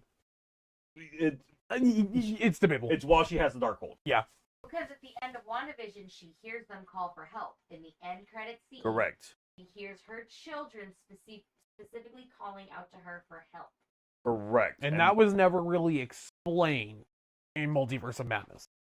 No, all it really explains is that with the Darkhold, Wanda has the ability to connect with her the multiverse version of herself, connect with herself's children.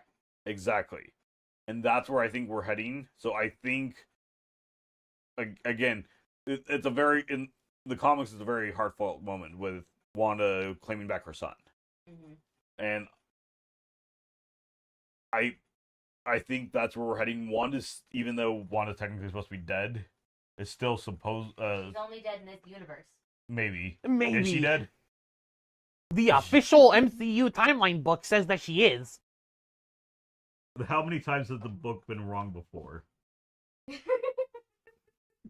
But again, this is the multiverse saga. We can pull anyone from anywhere. I think it's officially the multi-timeline saga now, because I think they're trying to move after the failures of the multiverse. We're still multiverse. They don't mention the multiverse anymore. Yes, they do. Actually, they don't. It's called the Multiverse Saga on Disney Plus. Correct. However, in other shows and such, or in all the interviews, they keep referring away from Tomato. Timeline, universe, tomato. Correct. But when in every interview you've always used multiverse, and all of a sudden you stop using multiverse at all. Well, no. I mean, what other project has dealt with multiverse? It's even when they were talking about Deadpool. Again, Deadpool makes it clear that he's gonna go on a world jump. However, in every interview, they talk about the fact that this isn't a multiverse movie. They're just going ahead and they're jumping. Because it's not a multiverse movie. Where did Wolverine come from? A different universe. Okay, but it's not like exploring the multiverse. That's what they're saying by that. I don't know. I think after like Quantumania and such, I think the multiverse is dead. Yeah. Okay. After the failure and cost of the Spider-Man. What do you hold on? What do you mean failure? Okay, financially. No. The movie did not do as well as What they are you expected. on about? It did the best out of all three. Yeah. No. You don't know what you're talking about. I'm gonna jump in because y'all are just bickering now. They could. The only way I think that they would have, and I've had this conversation with Justin before, and maybe it's just because this is my favorite comic run. This is one of my favorites. Is that them introducing Deadpool and Wolverine now brings mutants into play. And following George's theory of a confrontation with Wanda, they could save the multiverse theory with, like, pulling in the House of M timeline or trying to introduce mutants in general. Because they're going to have to. Now that they've introduced Deadpool and Wolverine and trying to bring that in with having them associated with the TVA. I'm gonna say I think the TVA is kind of a deadline also. I think the TVA is a deadline also. I think after Deadpool Wolverine, the TVA is going to take a big step back because the TVA is very, very, very, very meta. And the general audience will never fully understand the TVA. And right now, Marvel's in a very bad spot that we're gonna go back to as I just want to more be hopeful, guys. No. I think you're so right. I honestly, truly believe that we're getting a third Avengers film this saga, and it's going to be X-Men versus Avengers. And I think I feel like that's a yeah. After That'd be Secret a Wars, wonderful and like we're gonna go right after that. They were gonna go stop, and then everybody's gonna get erased, and then we're gonna get a reboot. no. Yeah. You're on some like shrooms with this theory. Give me 5 years. Give me 5 years. 5 years of your time. Well, it would need to be 5 years of successful movies. Do you realize how expensive that movie? Listen, man, Secret Wars is gonna be amazing. We're gonna get Black Suit Spider-Man. And Doom. They've even got Emperor, dude. If they put RDJ in the white suit, in the golden mask, I'm gonna lose my shit in the theater. I don't know. I don't even think RDJ is gonna be Doctor Doom the whole time. But that's a different thing. No, that's a totally different theory. For a different video. I don't know. Marvel's very much cleaning and trying to get back aligned because, like Pixar, they've been in a very bad financial spot. They had a bad year. Years. Yeah. I'm like, there's more than one. It's been a while. Man, it's all been downhill since Spider-Man. He's in denial. It's been downhill for a while. Okay, Spider-Man is my golden child. And Spider-Man actually wasn't bad. Spider-Man was really good. I wish Doctor Strange was good. Yeah, don't we all? There was so much promise with that movie. Okay, Okay, so I just that's a wanna different point topic. out that, tying back into what we're talking about, I had very low expectations for Agatha all along, considering how many times they had so many just changes that they changed the name. What? How many times? I think 13 is where they ended up Okay. at. So I can say that from where my initial expectations were, the show has exceeded my initial expectations, and that is because the bar is on the floor. And The bar is on the floor, guys. and I would agree. I agree. Again, there's a lot of scenes in my opinion that feels like were probably corrected at an editing chair. Don't you dare talk ill of Dookie Demon. No, that failed on the show on the No, floor. no. He's beautiful. No, but I in all honesty, I feel like there are several scenes that were just we missed the mark. How do we edit around this to make it work? And that's where a lot of basic storytelling scenes just feel vague and empty. It's not a bad show. It is not a bad show. It's his own target audience. Yes. I'm not gonna say it's a good show yet. It's okay. It's a okay show. Okay. It's entertaining. It's entertaining. I'm having a good time. If above all else, it is entertaining. But okay, I'll be I completely am honest. looking forward every week to Thursdays. With all of the shows for Marvel that I've seen, because I'm playing catch up right now. I'm getting caught up. So Probably further than I am. I stopped watching them because I gave up on them. okay, you gave up. I don't have a choice. I'm being forced. So this has been the thing I am most excited for because I only had to watch WandaVision to know where this story was jumping off from.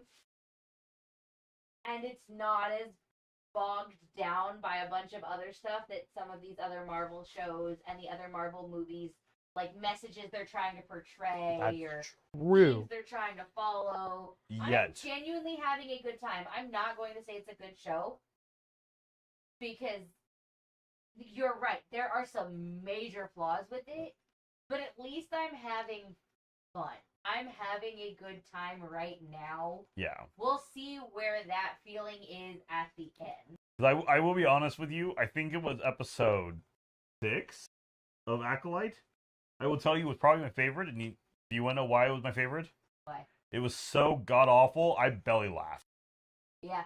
And Yes, Justin, I am a fan of terrible movies. It is my favorite genre. and I mean, again, right now the writing is getting better, the storytelling is getting better, but I'm still sitting here. I am a huge fan of Star Wars. I'm more of a fan of Star Wars than Marvel, and I'm sitting here going, they failed pretty hard with that. And again, the first 2 episodes were safe. They weren't good, but they were safe. There was hope. The third episode was boring. The fourth episode was just space switches and weird culty stuff. And then it started really going downhill. Like, the fourth episode was not good, but each their own. Which is really sad, because there are some really good, like, straightforward, I'm going to just use the wording, dark side cults or, like, witches and such in the Star Wars universe. And I was super excited for that idea. And then I saw that. But just remember, the power of We're one, not talking about that, George. We're talking about a good universe. the power of 2, and the power of many. I don't know who decided that was the way they were going to write, but sure. We're talking about good universes. Yeah. I feel like you were doing a lot of heavy comparing this show to The Acolyte, which I understand because it's the most recent pop culture reference everybody has that has come from Disney recently. But for those of us who didn't watch The Acolyte, simply because we are not Star Wars fans, it feels like it's a little it's a little harsh to compare them at the time. You not watching The Acolyte is just you being the general audience at this point. That's why the show got canceled. Okay, I'm gonna be fair. Okay, but hear me out. The only Star Wars thing I've seen is the prequels. I've seen nothing else. Oh, the So you're prequels, talking they're about so things bad, that I but so don't- good. I don't know what you're talking about. Okay, but we'll relate it back to Marvel. The problem is I'm trying to relate it to something that is People at know a what's going on with. it's a similar caliber. It is a very similar caliber. Okay. Because if I go back to Marvel, my biggest thing I would refer to is Hawkeye. Well, I can refer to Hawkeye, or I can go to Falcon and the Winter Falcon and the Soldier. Winter Soldier. Hawkeye, I'm gonna be biased on because Hawkeye. It wasn't a good show, but I love the character. I feel like that's where I'm at right now. Is I'm incredibly biased because I love these characters. And that's fair. But yeah, Hawkeye, I mean, the story's not well done because there's so much filler because it was supposed to be a So movie long. and it turned into a show. And that's what killed that. Which again, it's a good introduction to Kate Bishop. It's what it should have been. And it made me hopeful for, the continuation. Because there's a long period in the comics and such where Kate Bishop is just a sidekick. Like she's learning from Hawkeye, which I was excited for that arc. I don't think we're going to see that arc anymore. Maybe that arc's been killed. Yeah. That arc was the show. I think that arc was supposed to be the show, and that didn't happen. Yeah. And then we got Captain America or Falcon and the Winter Soldier. That was a show. 6-hour movie. What do you want about? I just finished my rewatch of it. Let me pull up my review. I get bored of that. It took me months to finish Falcon and the Winter Soldier. I couldn't do it. It was just too much. This could have been a movie. The marketing leading up to the release of the show kept framing the show as a 6-hour movie, and that's what it is. A 6-hour movie. Oh god, do you feel the runtime in every episode, except maybe the last. There's a lot here I like, though. John Walker, the Flag Smashers. Surprisingly, the Super Soldier Serum isn't used as a MacGuffin for the entire plot. Just part of it. I do actually like the new suit, even though if it is a bit much for the eyes. I prefer the redesign that he gets for His new suit looks good. I'm The not gray excited one. for that movie either. I'm excited for that movie. We'll watch that one too, and we'll see how that goes. Y'all can Yeah, go see that by yourself. You're not gonna watch that in theaters. Yeah, that's fine. But I mean, yeah, if you want to compare to those, that's how it really would stand up. But again, those are the problem is we have a lot of. How do I word this without getting destroyed on the internet? I'm not helping you. Yeah, I know. I'm digging a hole over here. Those are more show. So, Winter Soldier is more of a show based on revolution and such. Yeah. That is straightforward what it is. Revolutions, though. It's not It's really not the correct term you're looking for, but I understand the point you're making. It's not really a. I hate to use this word, agenda piece. That makes sense. Yes.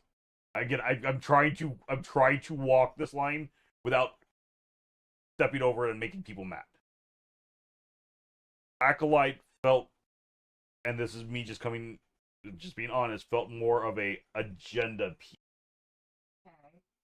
Okay. From what I've heard about what you've had to say about it and what other people have had to say about it, I agree.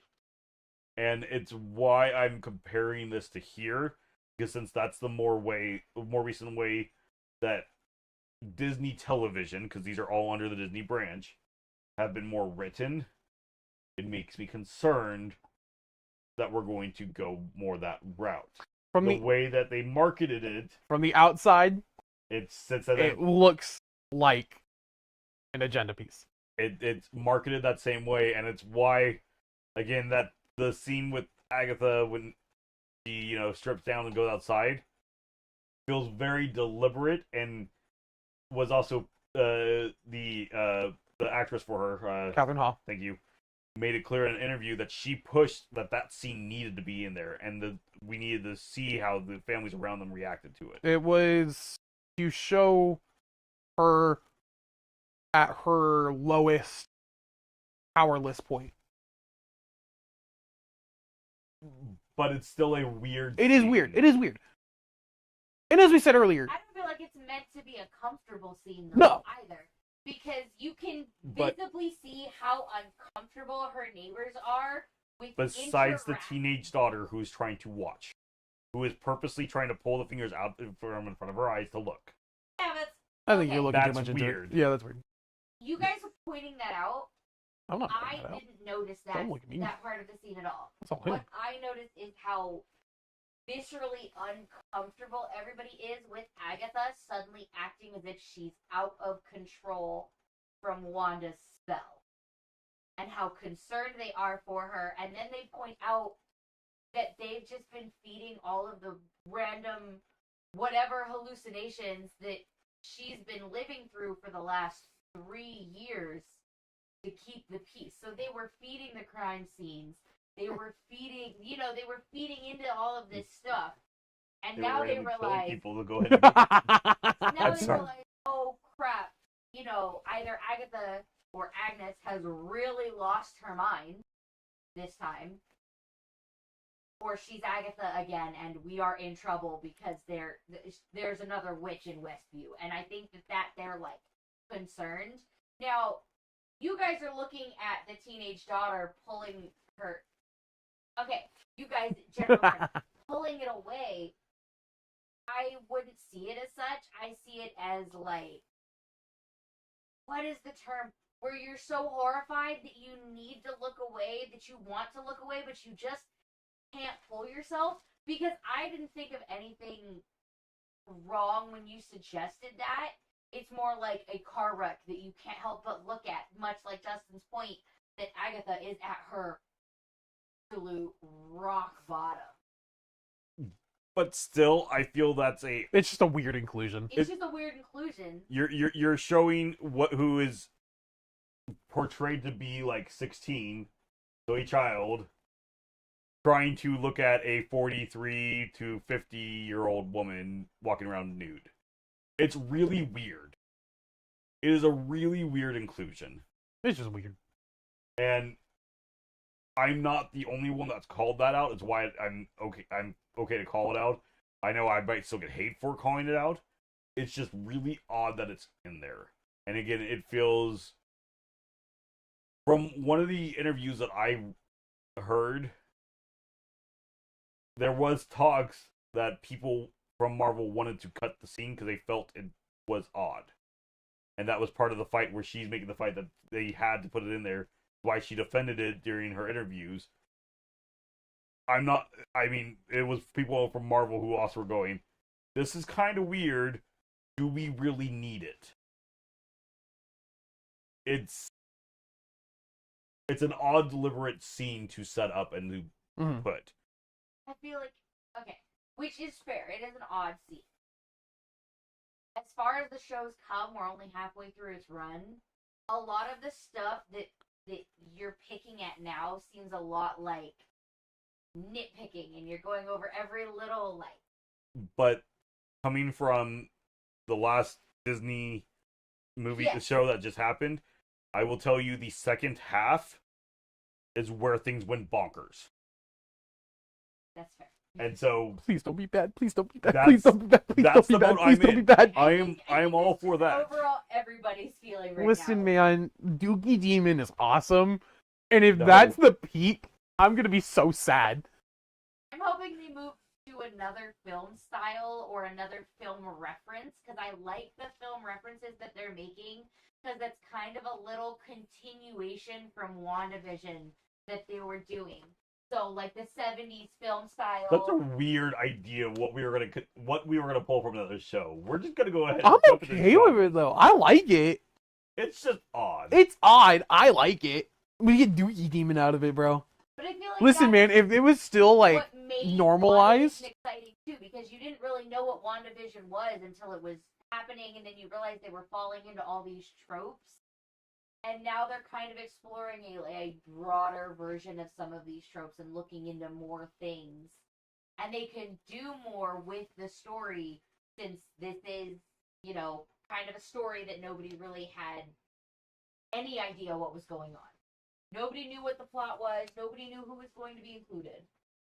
They had 13 name chases. They didn't know what they were doing. Nobody knew what they were doing.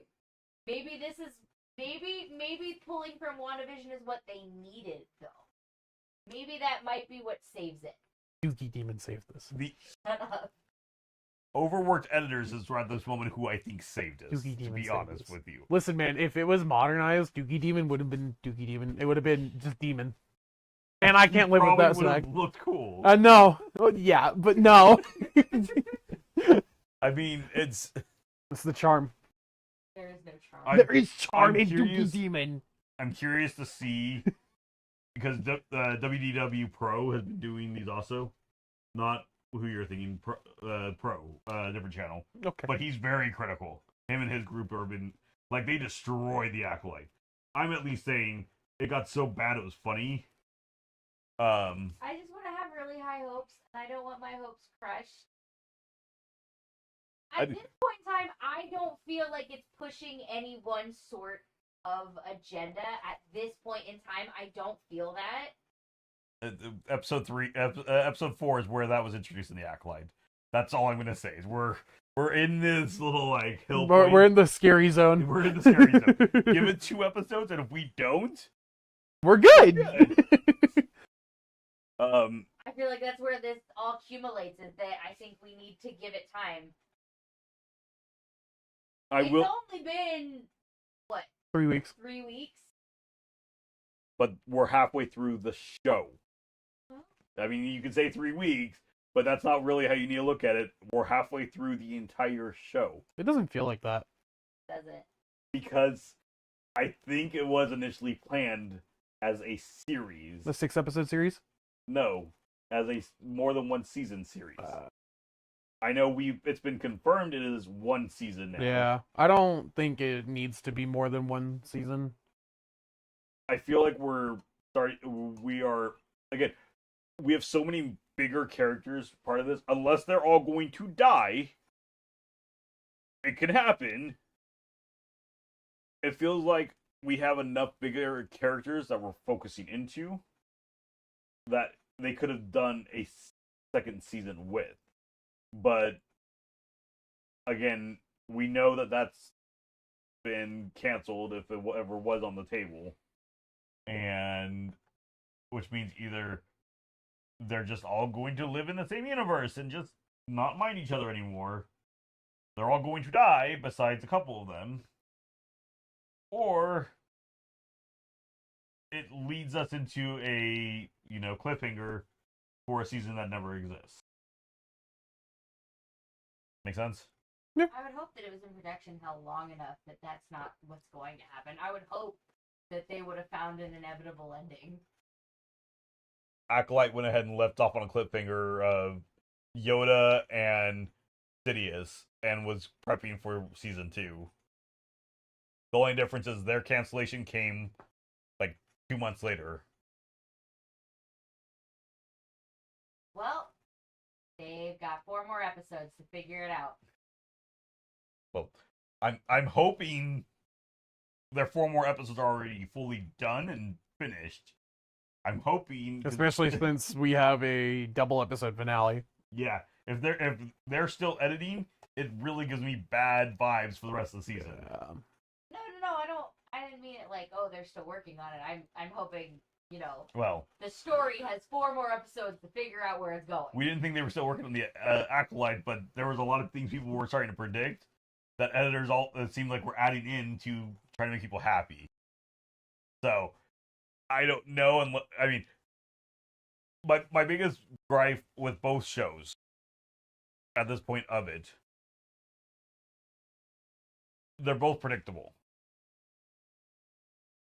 Like the Acolyte, they actually have a lot of the same tags of what they are, like thriller, mysteries. They both, because again, the Acolyte was going to be set up as, this murder mystery show, and we gave away the murderer in episode 1. The murder mystery was just kind of thrown away at that point. This one's being set up as a mystery thriller. But I think the biggest mystery part is just what's going to happen on the road, which, okay, we know we're just going to see. And then who is Wiccan. And if you went ahead and you were in any other country and had subtitles on, it popped up Billy Maximoff on the screen whenever he spoke.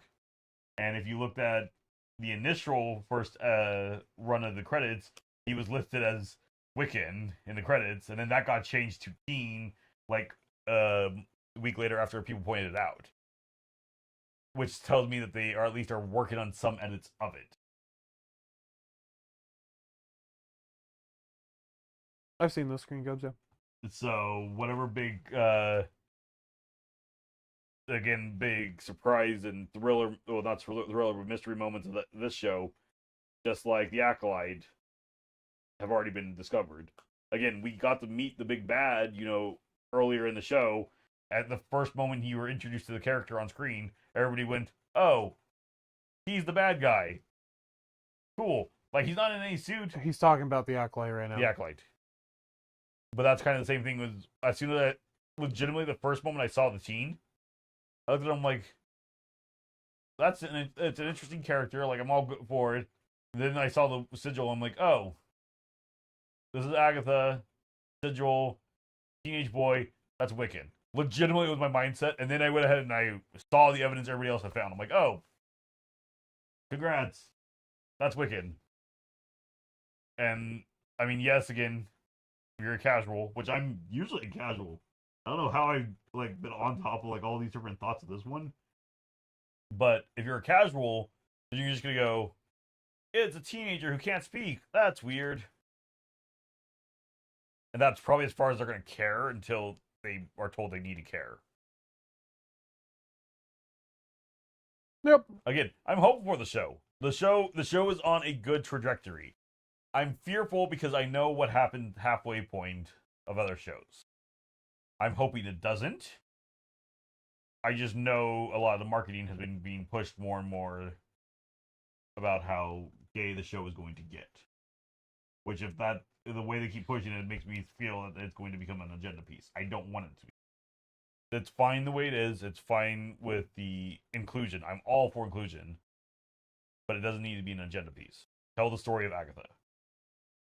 Yeah? Yeah. You look frustrated. I'm not frustrated. My face hurts. Your face hurts. I went to the dentist today. Sorry. All right. How was it enjoyable? I'm just curious. Did I cross any lines I shouldn't have crossed tonight? Besides the Acolyte. Besides the Acolyte. You talked about the Acolyte. A lot. Yeah. But again, it's the only thing I really can compare it to. But I will say this. The writing of this, 1,000 times better. I mean, the low bar. No, it's extremely a low bar. On the floor, guys. No. It's better than Secret Invasion. The bar was buried. It was 6 feet under. We don't have characters going ahead. We're not going to go into that conversation because that will get me in trouble. Yeah. Because you knew exactly where I was going on that one. Because that was not a natural at all conversation. Yeah. But we're not going to talk about that conversation. That's off camera. It's better than Secret Invasion. And that's what I hoped for. I didn't care to watch Secret Exactly. Invasion. Exactly. I have to watch that next. I'm putting it off. I'm curious to see if the viewership will hold. I don't care about other people. I'm enjoying it. I care about it because it could always go ahead and get to a point that they cancel the rest of the series. Because its viewership is already super low. And do you release something that you're losing money on, or do you just go ahead and write the loss and cut it? We're not WB. You realize there's other shows Disney has already done this with on Disney Plus. We're right? not WB. Fully filmed. You realize that and edited. WB would have had a better looking monster, right?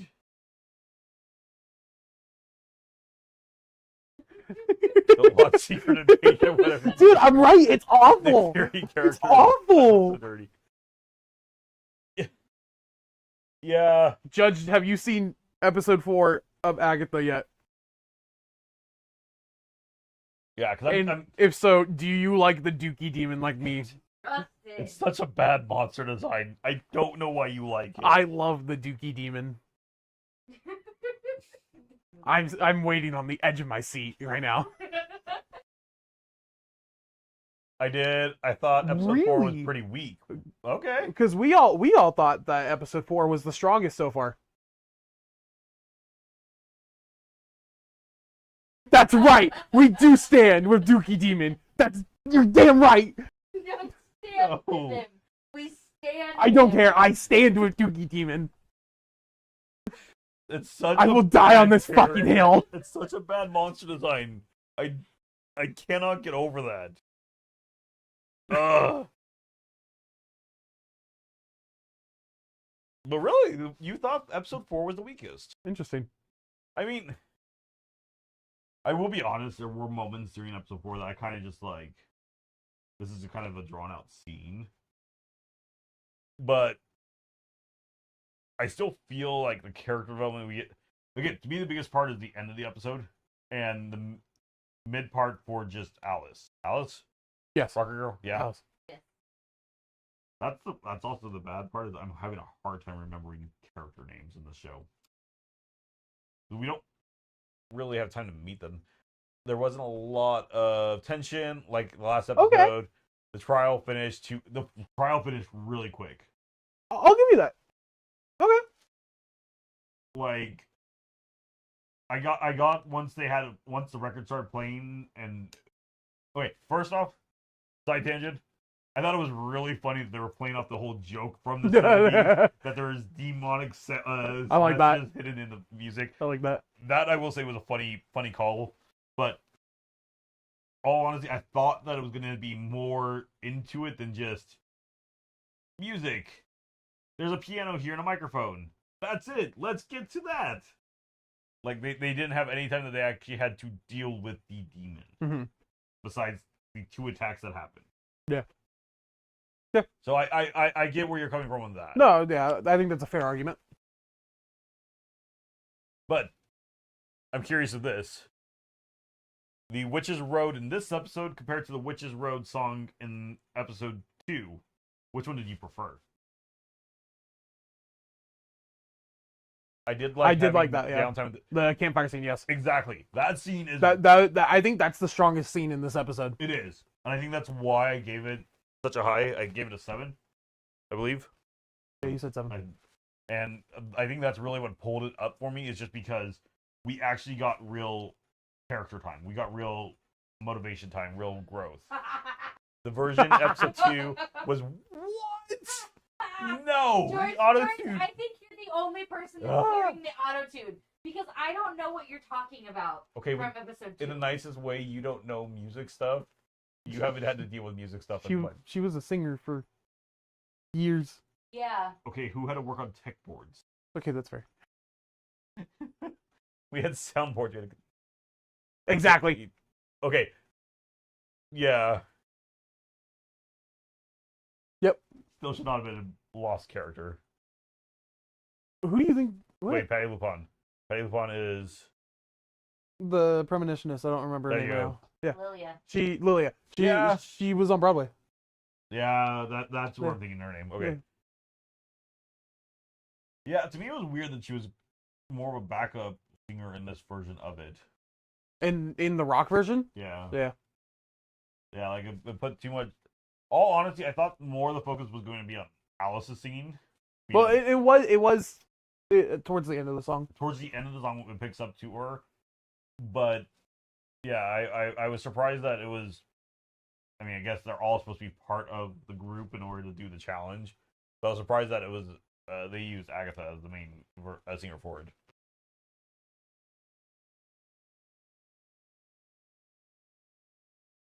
Any theories of where we're going? I just hope episode 5 picks up, at least for me. That's fair. Yeah, that's fair. We've all agreed that the series has gotten better with every episode. So we're hoping it stays on track for us. Because if so, then I think we have a pretty alright series altogether. Yeah. No? No, we don't? Huh? What? You're over here. I was shaking my head at Justin. What are you on about? You're just mad about Dookie Demon, I know.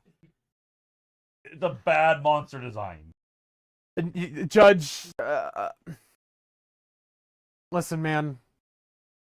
We all know Marvel Television. Yes. We all know the finale's not going to land. And it's just a sad fact that we have to accept. My only hope is it's better than the Acolyte. Stop talking about that. Because that's... You know how bad Dookie Demon looks? That looks worse than Dookie Demon on you. You how look much worse better than that Dookie character Demon. design looks than a lot of the character design of the Acolyte. Okay, I will give you that. Loki Season 2, Don't spoil it. I haven't Loki watched it. Season 2 finale is amazing. And that is the only good finale we've ever gotten. Okay, you're peeking. Because I'm excited. I can tell. I never got into Loki. I watched like the first 3 episodes. I think I gave it 3 episodes. I was just like, I'm done. I like Loki a lot. Meh. Especially Season 2. I think Season 2 is great. Because it shows you, like, where they were going with Kang, and then they kill it. And it makes me sad. About stupid contracts. That's why the dwarves look bad in Snow White, too. Same reason. You know how you were giving him crap about talking about the Acolyte? Okay, but nobody likes the new Snow White. Yes, but I'm just saying, you're just It talking is one of about the things. first shows that got over 1 million dislikes. People hated it so bad that they Trailers. disliked it. Trailers. Or your trailers, sorry. Like that's impressive. A show to be that bad to get that many dislikes, that's impressive. Just tell your chick friend do not watch Secret Invasion, whatever she does. Listen, man, I know where she lives. She lives with I me. have a choice. She doesn't have a choice. I'm going to force her to watch it like I was forced to. I wasn't forced to. I forced myself to watch it, She's but gonna sit there and hold my eyes open. it's gonna be like Clockwork Orange. I'm gonna put her in the machine, and instead of forcing her to watch tragedies of war, she's gonna have to watch Secret Invasion and the god awful CGI when she like shows her arm, and it's like the bad Drax arm. I don't know Why what was you're this a talking show? about. Why did they do the Super Scroll in Secret Invasion? Wait, they did the what? They did the Super Scroll. I don't know what you're talking about. Don't explain it because I still have to watch it. Oh. Okay. Don't even get me started Okay. on what they did with... Should I leave the room? Should I let y'all have I'm not gonna talk about that, but it's fixed. It's fixed. Lynn, walk away. Cool. Don't hit the camera. Because now I'm confused and I'm curious. Alright. I'm gonna pee anyway. Since we're now in an extended version of this, Very extended. since I was We're only expecting going an for hour. 2 hours. Oh wow, So I got work in the morning. in Secret Invasion, Okay. revealed that Rhodey's a scroll. Oh, Yeah, and based on the clothing when they recover real Rhodey, he's in a hospital gown. So we were under the assumption for a year that he got swapped in Civil War. Which means real Rhodey missed his death. Missed Tony Stark's death. oh, And all the character development that he had between Civil War and Infinity War. it was done so bad. However, the Blu-ray release of Falcon and the Winter Soldier came out, and there was an extended deleted scene of the talk that Rhodey and Sam have in the Smithsonian, that Sam mentions that he looks like he's walking around better. Because we know that Skrulls copy DNA, they don't copy injuries or scars. It's so lame. They better read. Yeah. So basically, we're now under the assumption that he was swapped after Endgame, after the funeral.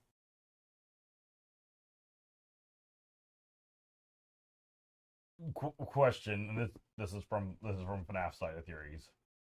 the deleted scene, is it part of an extended cut of it now, or is that a deleted scene that was filmed? Because that'd be going into like email territory from like FNAF and such, of like deleted emails and such that was supposed to come out at one point but didn't. And so then it's the question of, is it actually canon, or is it what the intention was and maybe didn't happen? That's the gray area. Is like, Gotcha. That's my headcanon. Your headcanon. Is that he was swapped after Endgame so that we could still have all of that character development, and that this deleted scene makes it make sense. Gotcha. Yeah.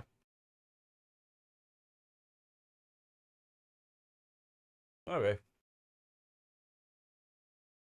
Anything else to add back on Agatha? I think we need to wrap up because we've been going for over 2 hours now, and this was initially going to be like a 30-minute, hour-long video. Correct. Are you editing this at all? Or are you just going to post the raw 2 hours? Oh, no. This is all straight live to YouTube. It's going to go up exactly the way it is. Why I made the question if, I crossed any lines I shouldn't have, or if I was at least playing with the line. All right, so if you made it this far in the video, first of all, why? Yeah, because we've been rambling for quite a bit. Second of all, congratulations, you deserve a Medal of Honor. You can get that Medal of Honor by hitting the like button. Damn right. Third of all, comment Dookie Demon. No. For life, down in the comments.